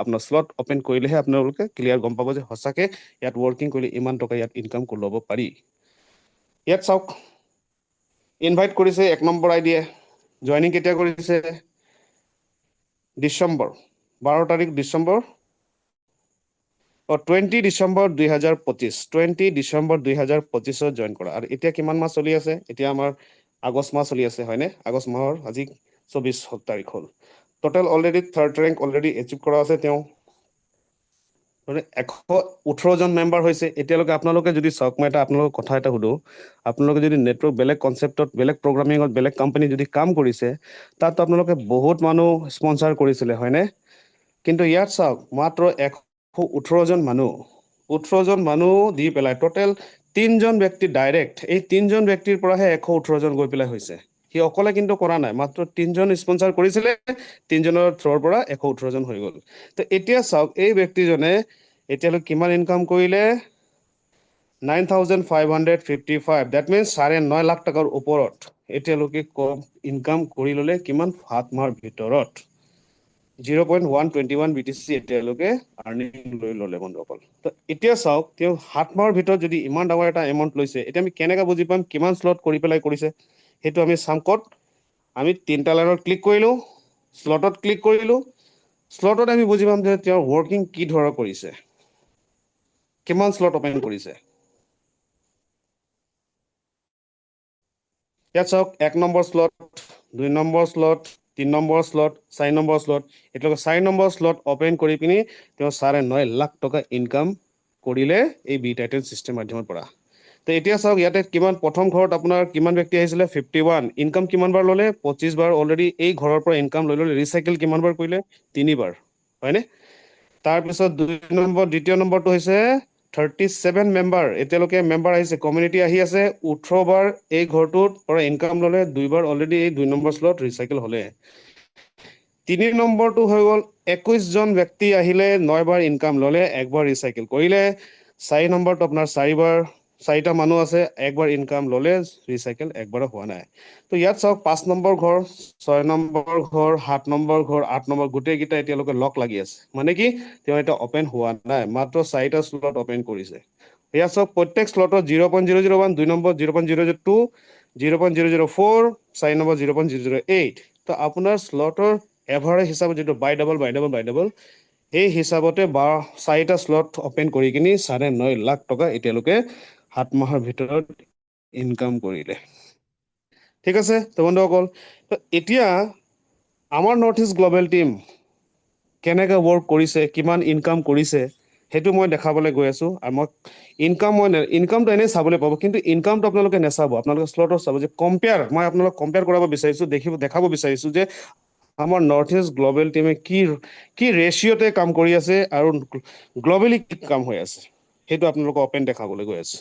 কেলৈ ইয়াতে ফুলি চিষ্টেমটো হৈ গ'ল ট্ৰান্সপাৰেঞ্চি।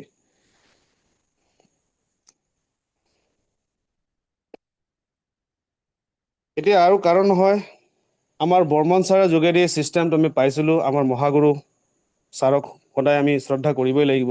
ছাৰে চিষ্টেমটো পোৱাৰ পিছত আমাৰ ওচৰত আহিলে, তাৰপিছত আমি এই চিষ্টেমটো পূৰা নিৰ্মাণ কৰি কিনি ভাল এটা ইনকাম ইয়াৰ পৰা বহুত ধুনীয়া ইনকাম লৈ আছে। মই এতিয়া ছাৰকেহে মই দেখাব বিচাৰিছোঁ, বেলেগ মই বহুত লিডাৰ আছে, চবকেতো দেখাবলৈতো সক্ষম নহ'ব, সময়ৰ কথা আছে। কিন্তু আপোনালোকক এক্সাম্পলি মই দেখাব বিচাৰিছোঁ সঁচাকৈ আমাৰ নৰ্থ ইষ্ট গ্ল'বেল টীমে কেনেকৈ কাম কৰি আছে। Sir most welcome Barman sir, আপুনি আহক ছাৰ। ৰিংকুমণি বৰ্মন ছাৰ, আপোনাক আকৌ মঞ্চত মই মতা হৈ আছে। আপোনাৰ ID নম্বৰটো ছাৰ মোক কওক, মই ৰাজু দেখাব বিচাৰিছোঁ। Most welcome 9769 sir. Again repeat sir. 9769 sir. 9769 okay. বন্ধুসকল চাওক, এইটো আমাৰ ছাৰৰ হয়। মই ছাৰৰ এটাই ID, ছাৰৰ কেইবাটা ID আছে, সকলো IDটো মই খুলি কিনি দেখাব নোৱাৰোঁ। এটা ID আপোনালোকক জাষ্ট দেখাইছোঁ। ইয়াত চাওক ছাৰৰ জইনিংটো কেতিয়া হৈছিলে, এটা IDতে কিমান তাৰিখত আছে বন্ধুসকল, মে' মাহৰ 3 তাৰিখত। 2 তাৰিখত ভাৰতত আহিছিলে, 3 তাৰিখত আমাৰ ছিষ্টেমৰ ছাৰত আহিছে। ত' ছাৰ ইয়াত টোটেলি 3rd ৰেংক এচিভ কৰিছে অলৰেডি। 78 মেম্বাৰ তেওঁৰ হৈ আছে এতিয়ালৈকে। টোটেল 5টা ডাইৰেক্ট স্পনচাৰ কৰিছে। চাওক মে' মাহৰ 3 তাৰিখ বন্ধুসকল, আপোনাক কেলকুলেশ্যনটো মই দেখাই আছোঁ, সময়টো আপোনাক দেখাই আছোঁ। ইয়াত চাওক ছাৰে কিমান আৰ্ণ কৰিলে, 5853। ডেট মিনছ অলমষ্ট আপোনাৰ 6 লাখৰ ওচৰত, হয়নে? 6 লাখৰ ওচৰা-ওচৰি ছাৰে কিমান দিনৰ ভিতৰতে, more than 3 months। অ'কে, তো এতিয়া আমি ক'ত গম পাম ছাৰে কেনেকৈ ৱৰ্কিং কৰিছে, আমি ক'ত ক্লিক কৰিম, শ্লটত ক্লিক কৰিম বন্ধুসকল।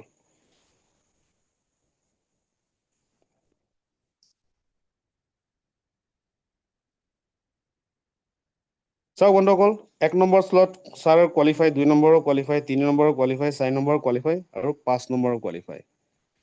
আৰু এতিয়া 2 নম্বৰ যিটো মই আইডিটো আপোনালোকক শ্ব' কৰি দেখাইছিলোঁ, সেইটো কিমান শ্লট অপেন আছিলে, অনলি 4, হয়নে? তো 4 শ্লট অপেন কৰি কিনি 9.5 লাখ টকা ইনকাম কৰিছে। আৰু আমাৰ ছাৰে উইদিন 3 মান্থছৰ ভিতৰতে 5 নম্বৰ শ্লট অপেন কৰি পেলাই প্ৰায় 6 লাখ টকাৰ ওচৰা-ওচৰি ইনকাম কৰিছে। এতিয়া আপুনি ডিফাৰেঞ্চটো আপুনি কৰক, কেলকুলেশ্যন কৰক, ক'ত 7 মাহ আৰু ক'ত 3 মাহ। 3 মাহ নাই, তাই 3 মাহ আগতে ছাৰে কৰিছে, এইটো মোৰ জানামতে প্ৰায় 2 মাহৰ ভিতৰতে হৈছে। তো আপোনালোকে একবাৰ ভাবি কিনি চাওক, নৰ্থ ইষ্ট গ্ল'বেল টীম, যিটো নৰ্থ ইষ্টৰ লিডাৰ, যোদ্ধা, গ্ৰেট লিডাৰ্ছ, ইয়াত সকলোৱে গ্ৰেট লিডাৰ্ছ, এনেকা লিডাৰ্ছ আছে, ভাল ইনকাম এই ছিষ্টেমৰ পৰা লৈ আছে বন্ধুসকল। মই নতুন ব্যক্তিক কৈ আছোঁ, আজি যে আপোনালোকে আহিছে, নতুন ব্যক্তি আপোনাক যোনে ইয়াত নিমন্ত্ৰণ জনাইছিলে ৱেবিনাৰত, মই আপোনালোকক ধন্য দিওঁ। সঁচাকৈ আপুনি যোনে আপোনাক ৱেবিনাৰত ইনভাইট কৰিছে, তেওঁক আপুনি থেংকছ দিয়ক, যে এনেকুৱা এটা ছিষ্টেম আমি যে শুনিবলৈ পাইছোঁ, আৰু ইয়াৰ পৰা যে ইমান কম সময়ত যে ইমান ইনকাম ইয়াৰ পৰা ল'ব পাৰি, সঁচাকৈ আপুনি যদি আজি ডিচিশ্যন লৈ লয়, তেতিয়াহ'লে কালিৰ পৰা আপোনাৰ লাইফ চেঞ্জিং হোৱা আৰম্ভ হৈ যাব বন্ধুসকল। এইটো আপোনাৰ ডিপেণ্ড কৰে আপুনি কেনেকৈ ধৰণে ল'ব, কেনেকৈ ৱৰ্কিং কৰিব, আপোনাৰ আইডিয়া লাগে। আমাৰ ছাৰ সদায় আছে, আমি আছোঁ আপোনালোকক গাইড কৰিবৰ কাৰণে। আমাৰ ইয়াত ৰেগুলাৰ জুম হৈ আছে, কাৰ কাৰণে হৈ আছে, আপোনালোকৰ কাৰণে হৈ আছে, যাতে আপোনালোকে ইয়াত আহি পেলাই শিকক, আপোনালোকে ইনকাম কৰি গৈ থাকক। আৰু আমাৰ জুম কেতিয়াও জিন্দগীতে বন্ধ আমি নকৰোঁ, আমাৰ জুম চলিয়ে থাকিব। আপোনালোকৰ টীম ডাঙৰ হ'ব, আপোনালোকে নিজৰ টীমকে জুম কৰাব পাৰিব। যিমান জুম কৰিব, যিমান শিকিব, ইমান শিকাব পাৰিব, ইমান ইনকামো বঢ়াই গৈ থাকিব, আপোনালোকৰো বাঢ়ি গৈ থাকিব। তো বন্ধুসকল, সদায় মই সেইটোৱে আপোনাক দেখাব বিচাৰিছোঁ, আপোনালোকৰ ডিফাৰেঞ্চটো আপোনালোকে দেখিবলৈ পালে। তো আৰু কাৰণ নহয় মই একজন এনেকা আমাৰ লিডাৰ তেওঁ মই দেখাব বিচাৰিছোঁ যে ফাৰ্ষ্ট আমাৰ নৰ্থ ইষ্ট গ্ল'বেল টিমৰ একজন লেডি লিডাৰ এনেকা কাম কৰি দিছে আৰু কোনো নহয় আজিৰ কো-হোষ্ট লুকুমণি বাইদেউ মেম নট বাইদেউ আজি মেম হয় মেম মষ্ট ৱেলকাম আপোনাক আকৌ মঞ্চত মাতা হৈছে মষ্ট হয় ৱেলকাম আপোনাৰ আইডি নম্বৰটো মোক কওক 10724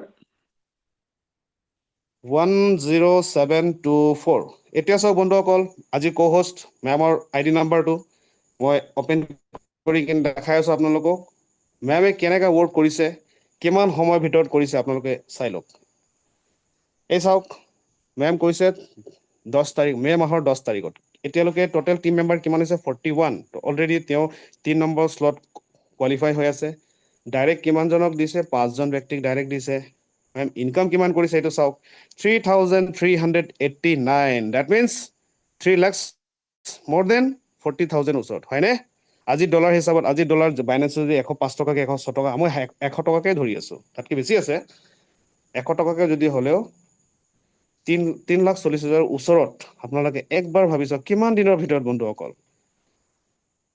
10 মে আৰু এতিয়া কিমান তাৰিখ চলি আছে আগষ্ট হয়নে বেছি দিনটো হোৱা নাই মোৰ দিন 2 মাহ 2.5 মাহৰ ভিতৰত হ'ব তো এতিয়া মেম কেনেকৈ কাম কৰিছে আমি ক'ত বুজি পাম আমি শ্লটত বুজি পাম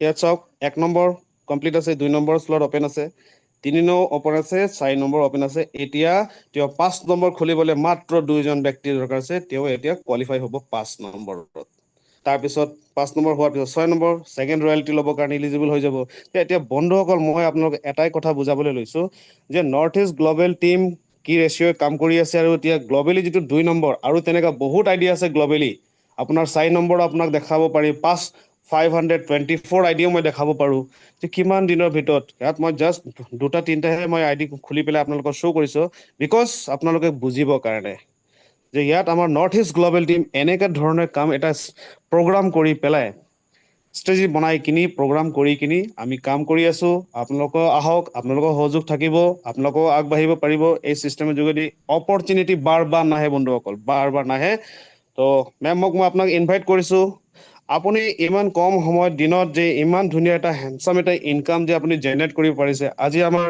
ৰাইজক আপুনি কি শ্বেয়াৰিং দিব বিচাৰে জাষ্ট মাত্ৰ 1 মিনিটৰ ভিতৰত আপোনাৰ শ্বেয়াৰিংটো কমপ্লিট কৰিব লাগে thank you most welcome thank you sir আজি বহুত সুন্দৰকৈ আপুনি আমাৰ যিটো ছিকিউৰ্ড হয় নহয় তাৰ ওপৰত আপুনি বহুত সুন্দৰকৈ বুজালে আৰু ছেকেণ্ড কথা হৈছে ইয়াক প্ৰেক্টিকেলি কৰি দেখালে সেইটো এটা বহুত ডাঙৰ কথা আমাৰ নতুন যিসকল গেষ্ট আহিছে সকলোৱে হয়তো বুজি পাইছে আৰু এই বিজনেছটোত প্ৰথম কথাটো হ'ল মই সপোন দেখিছিলোঁ বহুত সপোন দেখিছিলোঁ মোৰ মিষ্টাৰৰ পৰা মই বিশেষকৈ কিবা এটা লৈ কিবা কাম কৰিবৰ কাৰণে মই এক্সাইটেড নহয় মই ভাবোঁ সদায় মই নিজৰ ইনকাম কৰি মই নিজে নিজৰ মনৰ ইচ্ছাই মই ল'ৰা ছোৱালীক দিম সেইটো মোৰ বহুত ইচ্ছা আছিলে আৰু সেই হিচাপতেই মই এই বিজনেছটো মোক আনি দিলে মিষ্টাৰ সুবীৰ ছাৰ আৰু আমাৰ লক্ষী গোহাঁই ছাৰ তেখেতলোক দুইজনে আহি মোক দেখালে আৰু মই লগে লগে এই বিজনেছটো ষ্টাৰ্ট কৰিছোঁ আৰু কৰি মোৰ নিজৰ সপোনটো ফিলফিল কৰিবৰ কাৰণে মই যিখিনি কৰণীয় কাম এই সকলোখিনি মই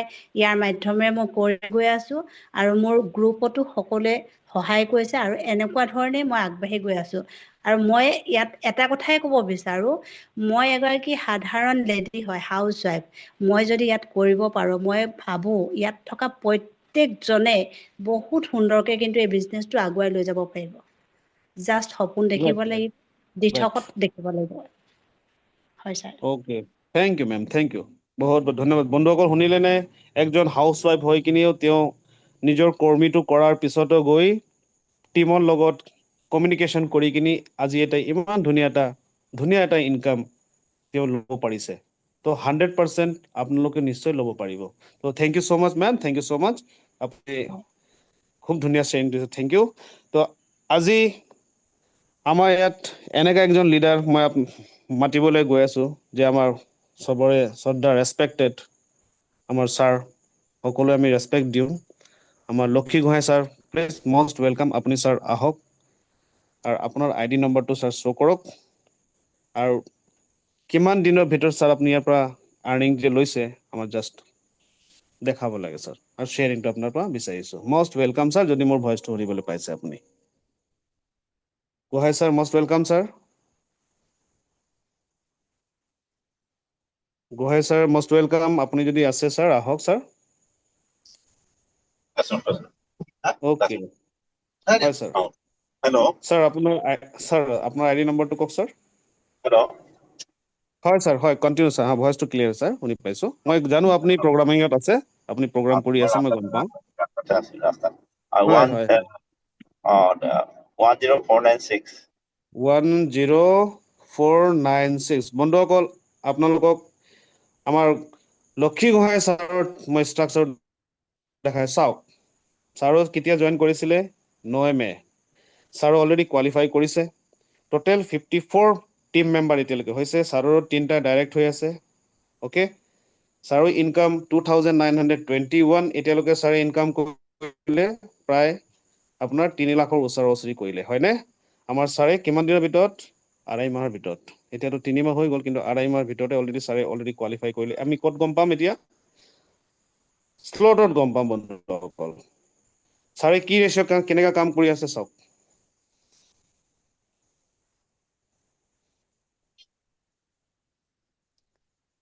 বহুতে তেনেকা ইনকাম ইয়াৰ পৰা বন্ধুসকল লৈ আছে কিন্তু সকলোত আমি তেনেকে আমি অপেন কৰি দেখুৱাটো সক্ষম নহ'ব সময়ৰ কথা আছে চাওক 1 নম্বৰ স্লট অলৰেডি তেওঁ 27 মেম্বাৰ আহিলে 13 টাইমছ তেওঁ ইনকাম পালে একবাৰ ৰিচাইকেল কৰিলে দ্বিতীয়বাৰ আকৌ ৰিচাইকেল আৰম্ভ হৈ যাব আকৌ 2 নম্বৰ স্লটটো চাওক 19 জন ব্যক্তি আহিছে 8 বাৰ ইনকাম পালে একবাৰ ৰিচাইকেল হৈ গ'ল 2 নম্বৰ স্লট 3 নম্বৰত আপোনাৰ 7 জন ব্যক্তি আহিছে 2 বাৰ ইনকাম পালে ৰিচাইকেল এতিয়ালৈকে হোৱা নাই এইটো হ'ব 4 নম্বৰত একজন ব্যক্তি আহিলে বন্ধুসকল চাওক এতিয়া এই 1.5-2 মাহৰ ভিতৰতে 4 নম্বৰ স্লট অপেন হৈ গ'ল ছাৰৰ এতিয়া 5 নম্বৰ ছাৰৰ প্ৰিপাৰেচন চলি আছে অতি সোনকালে ছাৰৰ 5 নম্বৰ অপেন হ'বলৈ গৈ আছে তো আপোনালোকে ভাবি চাওক একবাৰ যে আমাৰ নৰ্থ ইষ্ট গ্ল'বেল টিমে প্ৰত্যেকৰ 3 নম্বৰ 4 নম্বৰ অপেন হ'বলৈ হৈ আছে বহুতৰ 4 নম্বৰ হৈয়ে গ'ল আৰু বহুতৰ হ'বলৈ হৈ আছে তো 12 নম্বৰ স্লট অপেন কৰিবৰ কাৰণে কিমান দিন লাগিব বছৰ 2 বছৰ লাগিবনে বন্ধুসকল মইতো কওঁ কেতিয়াও নালাগিব কেলে আমি পুৰা প্লেনিঙৰ লগত আমি কাম কৰি আছো এতিয়া আমাৰ মেইন উদ্দেশ্য হৈছে কি আমাৰ টাৰ্গেট সেইটো থাকিব লাগে 12 নম্বৰ স্লট আমি যিমান জলদি যিমান সোনকালে আপোনালোকে পাৰে আপুনি অতি সোনকালে নিজৰ 12 নম্বৰ স্লট যেতিয়া আপুনি কমপ্লিট কৰি ল'ব তাৰপিছত আপোনাৰ স্লট অপেন কৰাবলৈতো নাই ৰিচাইকেল হৈ থাকিব আপুনি ইনকাম পাই থাকিব তো ছাৰ মষ্ট ৱেলকাম ছাৰ আপুনি ইমান এটা হেণ্ডচাম ইনকাম ইয়াৰ পৰা আপুনি জেনেৰেট কৰিব পাৰিছে এই বি টাইটান চিষ্টেম মাধ্যমৰ পৰা আপুনি কাম কৰি কেনেকৈ পাইছে আমাৰ ৰাইজক অলপ জাষ্ট এনকাৰেজ কৰক যাতে তেওঁলোকেও আগবাঢ়িব পাৰে thank you most welcome sir হয় হয় সুবীৰ ধন্যবাদ আৰু মই সকলোকে সকলোৰ পৰা শুভেচ্ছা দিছো কাৰণ বিটাইটেন বিজনেছ একচুৱেলি এনেকুৱা ধৰণৰ ভাবক এতিয়া অসমত ষ্টাৰ্ট হোৱাই নাই ঠিক আছে কাৰণ আমি প্ৰথমবাৰ জইন কৰিছো মানুহে শুনাই নাই লাহে লাহে মানুহৰ মাজত প্ৰচাৰ হ'ব আৰু যিটো ঢৌ আহিবলৈ আছে সেইটো ঢৌ যেতিয়া আহিব অহা আৰম্ভ হ'ব যিসকল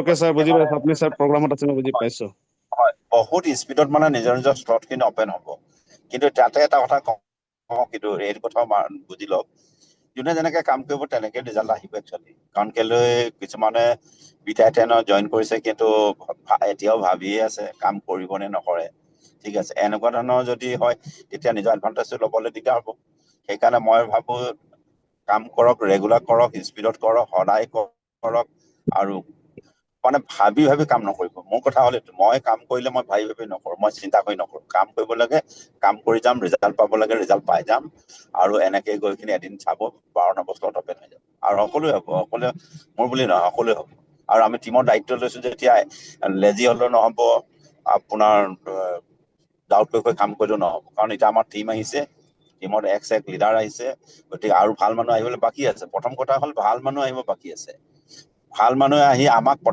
চাব বিটাইটেনক নাচায় প্ৰথম আমাক চাব আপুনি কিমানখিনি এচিভমেণ্ট কৰিলে কিমান নলেজ ল'লে আপোনাৰ পাৰ্চনেলিটি ডেভেলপমেণ্ট কেনেকুৱা ডেভেলপ কৰিলে আপোনাৰ টিমৰ প্ৰতি কেনেকুৱা ধৰণৰ ছাৰ্ভিচ দিলে কেনেকুৱা ধৰণৰ আপুনি তেখেতসকলক ছাৰ্ভিচ দিব এই কথাবিলাক যেতিয়া কাউণ্টিং কৰিব যদি আপুনি এতিয়াই যদি শিকি নলয় এতিয়াই যদি আপোনাৰ এথিক্স নেমানে কিন্তু পাছত কিন্তু নিজে কান্দিব লাগিব সেইকাৰণে এইবিলাক কথা একদম চিৰিয়াছলি গুৰুত্ব দিয়ক। আৰু এটা কথা কওঁ, এই বিজনেছটো টিম বিজনেছ এটা বছৰত ক্লিয়াৰ থাকিব, সেইটো হৈছে লেনদেন পুৰা চাফা থাকিব। কোনোবা যদি ব্যক্তি যদি লেনদেন বেয়া কৰিছে, নিজৰ ভৰিত নিজে 10খন কুঠাৰ মাৰিছে, এই কথাটো মনত ৰাখিব। লাগিলে ডাইৰেক্ট লিখি লওক।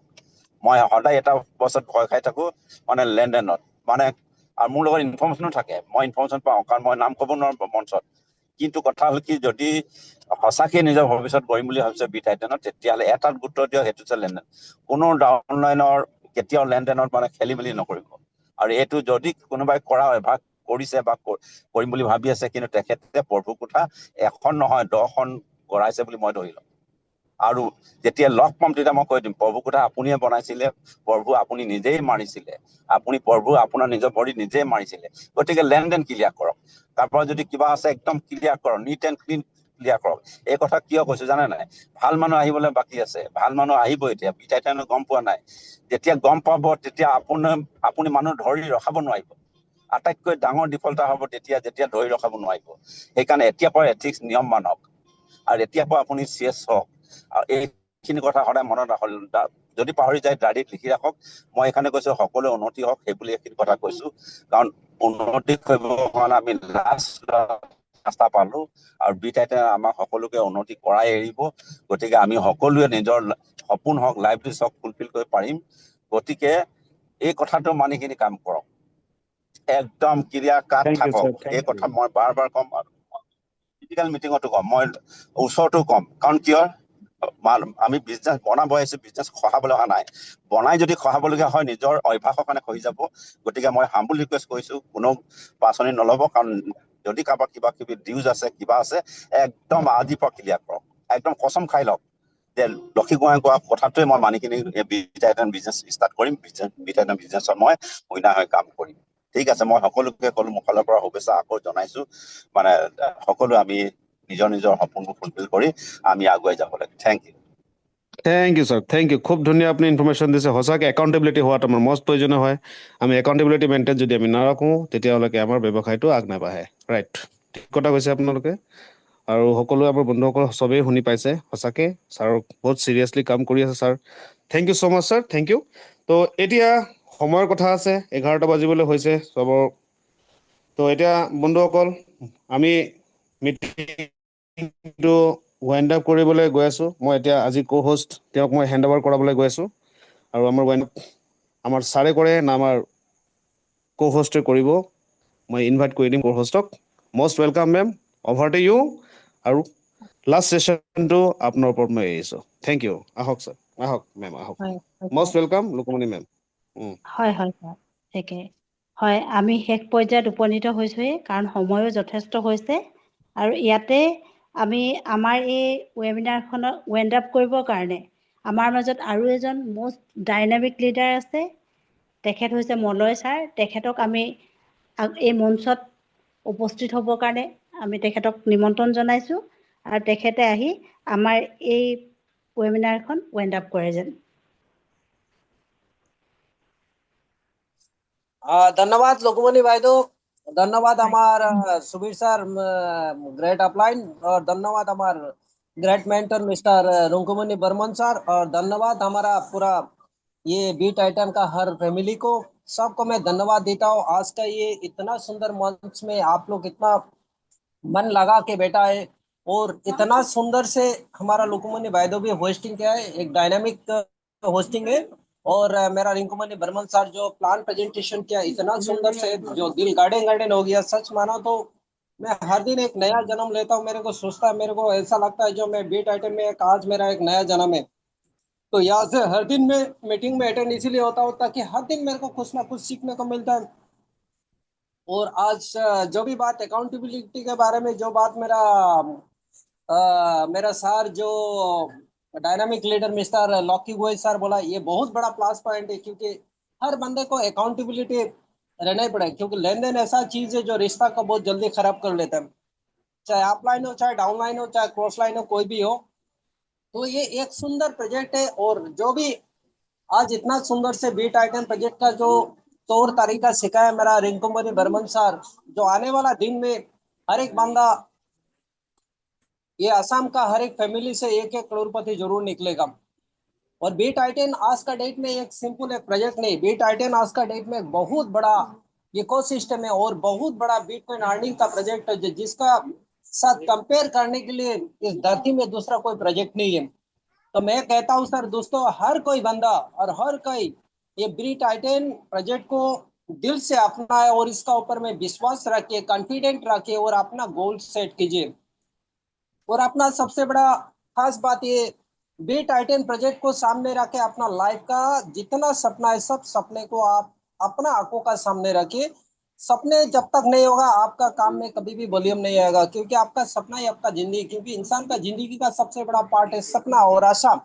और सपना से जुड़ा हो रहता है इंसान का दिल का आशा और निराशा।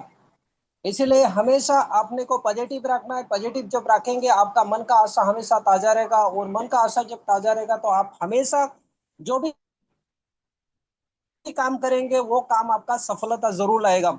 और आपका चेहरा में हमेशा सफलता का फूल खिलेगी जब आपका मन में विश्वास होगा, बिजनेस का प्रति आपका कमिटमेंट और कॉन्फिडेंट होगा, तो आप जो भी बंदे को प्लान प्रेजेंटेशन करेंगे वो बंदा आपका साथ जरूर जुड़ेगा।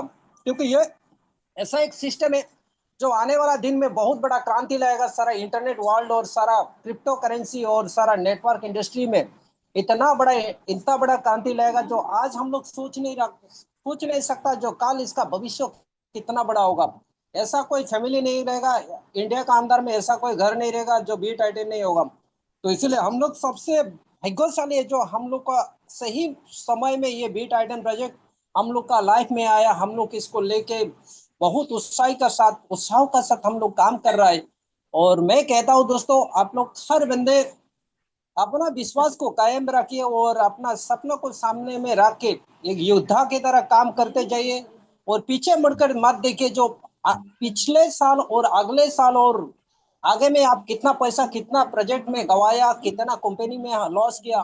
क्योंकि अगर आप पीछे में देखते जाएंगे तो आगे का दौड़ में आप जरूर धक्का खाएंगे और आगे जाना भी नहीं चाहिए। ये 100% श्योर है। अगर आपको विजेता बनना है और अगर आपको विजयी होना है तो आपको हमेशा सामने देखना जरूरी है। रेस का घोड़ा वही जीतता है, देखिए, जो फर्स्ट भागता है, और वही जीतता है जिसका अंदर में कॉन्फिडेंस तगड़ा होता है। जो कॉन्फिडेंस जिसका अंदर में तगड़ा होता है वो सबसे आगे निकलता है। तो हम लोग को ऐसा रेस का वो बनना पड़ेगा ताकि दुनिया का जितना कंसेप्ट है, आबड़ा जबड़ा जितना कंसेप्ट है, सबको पीछे छोड़ के हम लोग आगे जाए। तो मेरा कहना इतना है दोस्तों, आज मैं टाइम भी बहुत हो गया, मैं आज में ये मीटिंग को वाइंड अप करने के लिए मैं 3 तो गिनूंगा, लेकिन मेरा गिनती करने का स्टाइल थोड़ा अलग है, लेकिन आप लोग समझ जाएंगे। मैं 3 तो गिनूंगा, गन्ने का साथ गिनती करने का साथ साथ आप लोग जय बी टाइटन, जय नॉर्थ ईस्ट ग्लोबल टीम बोल के आप लोग जय देनी दीजिए। और जितना एक्साइटमेंट है सब एक्साइटमेंट का साथ बोलिए, ताकि सोया हुआ आत्मा का तरह बोलेंगे तो सर सोया हुआ रहेंगे, और अगर जगा हुआ आत्मा की तरह बनेंगे तो जरूर विजेता बनेंगे। सर ये मेरा मिशन है और ये मेरा विजन है, ये सोच के आप जय देनी दीजिए। ओके, तो 3, 2, 1 जय बी टाइटन। जय बी टाइटन। जय बी जय बी टाइटन। टाइटन। जय बी टाइटन। जय बी टाइटन।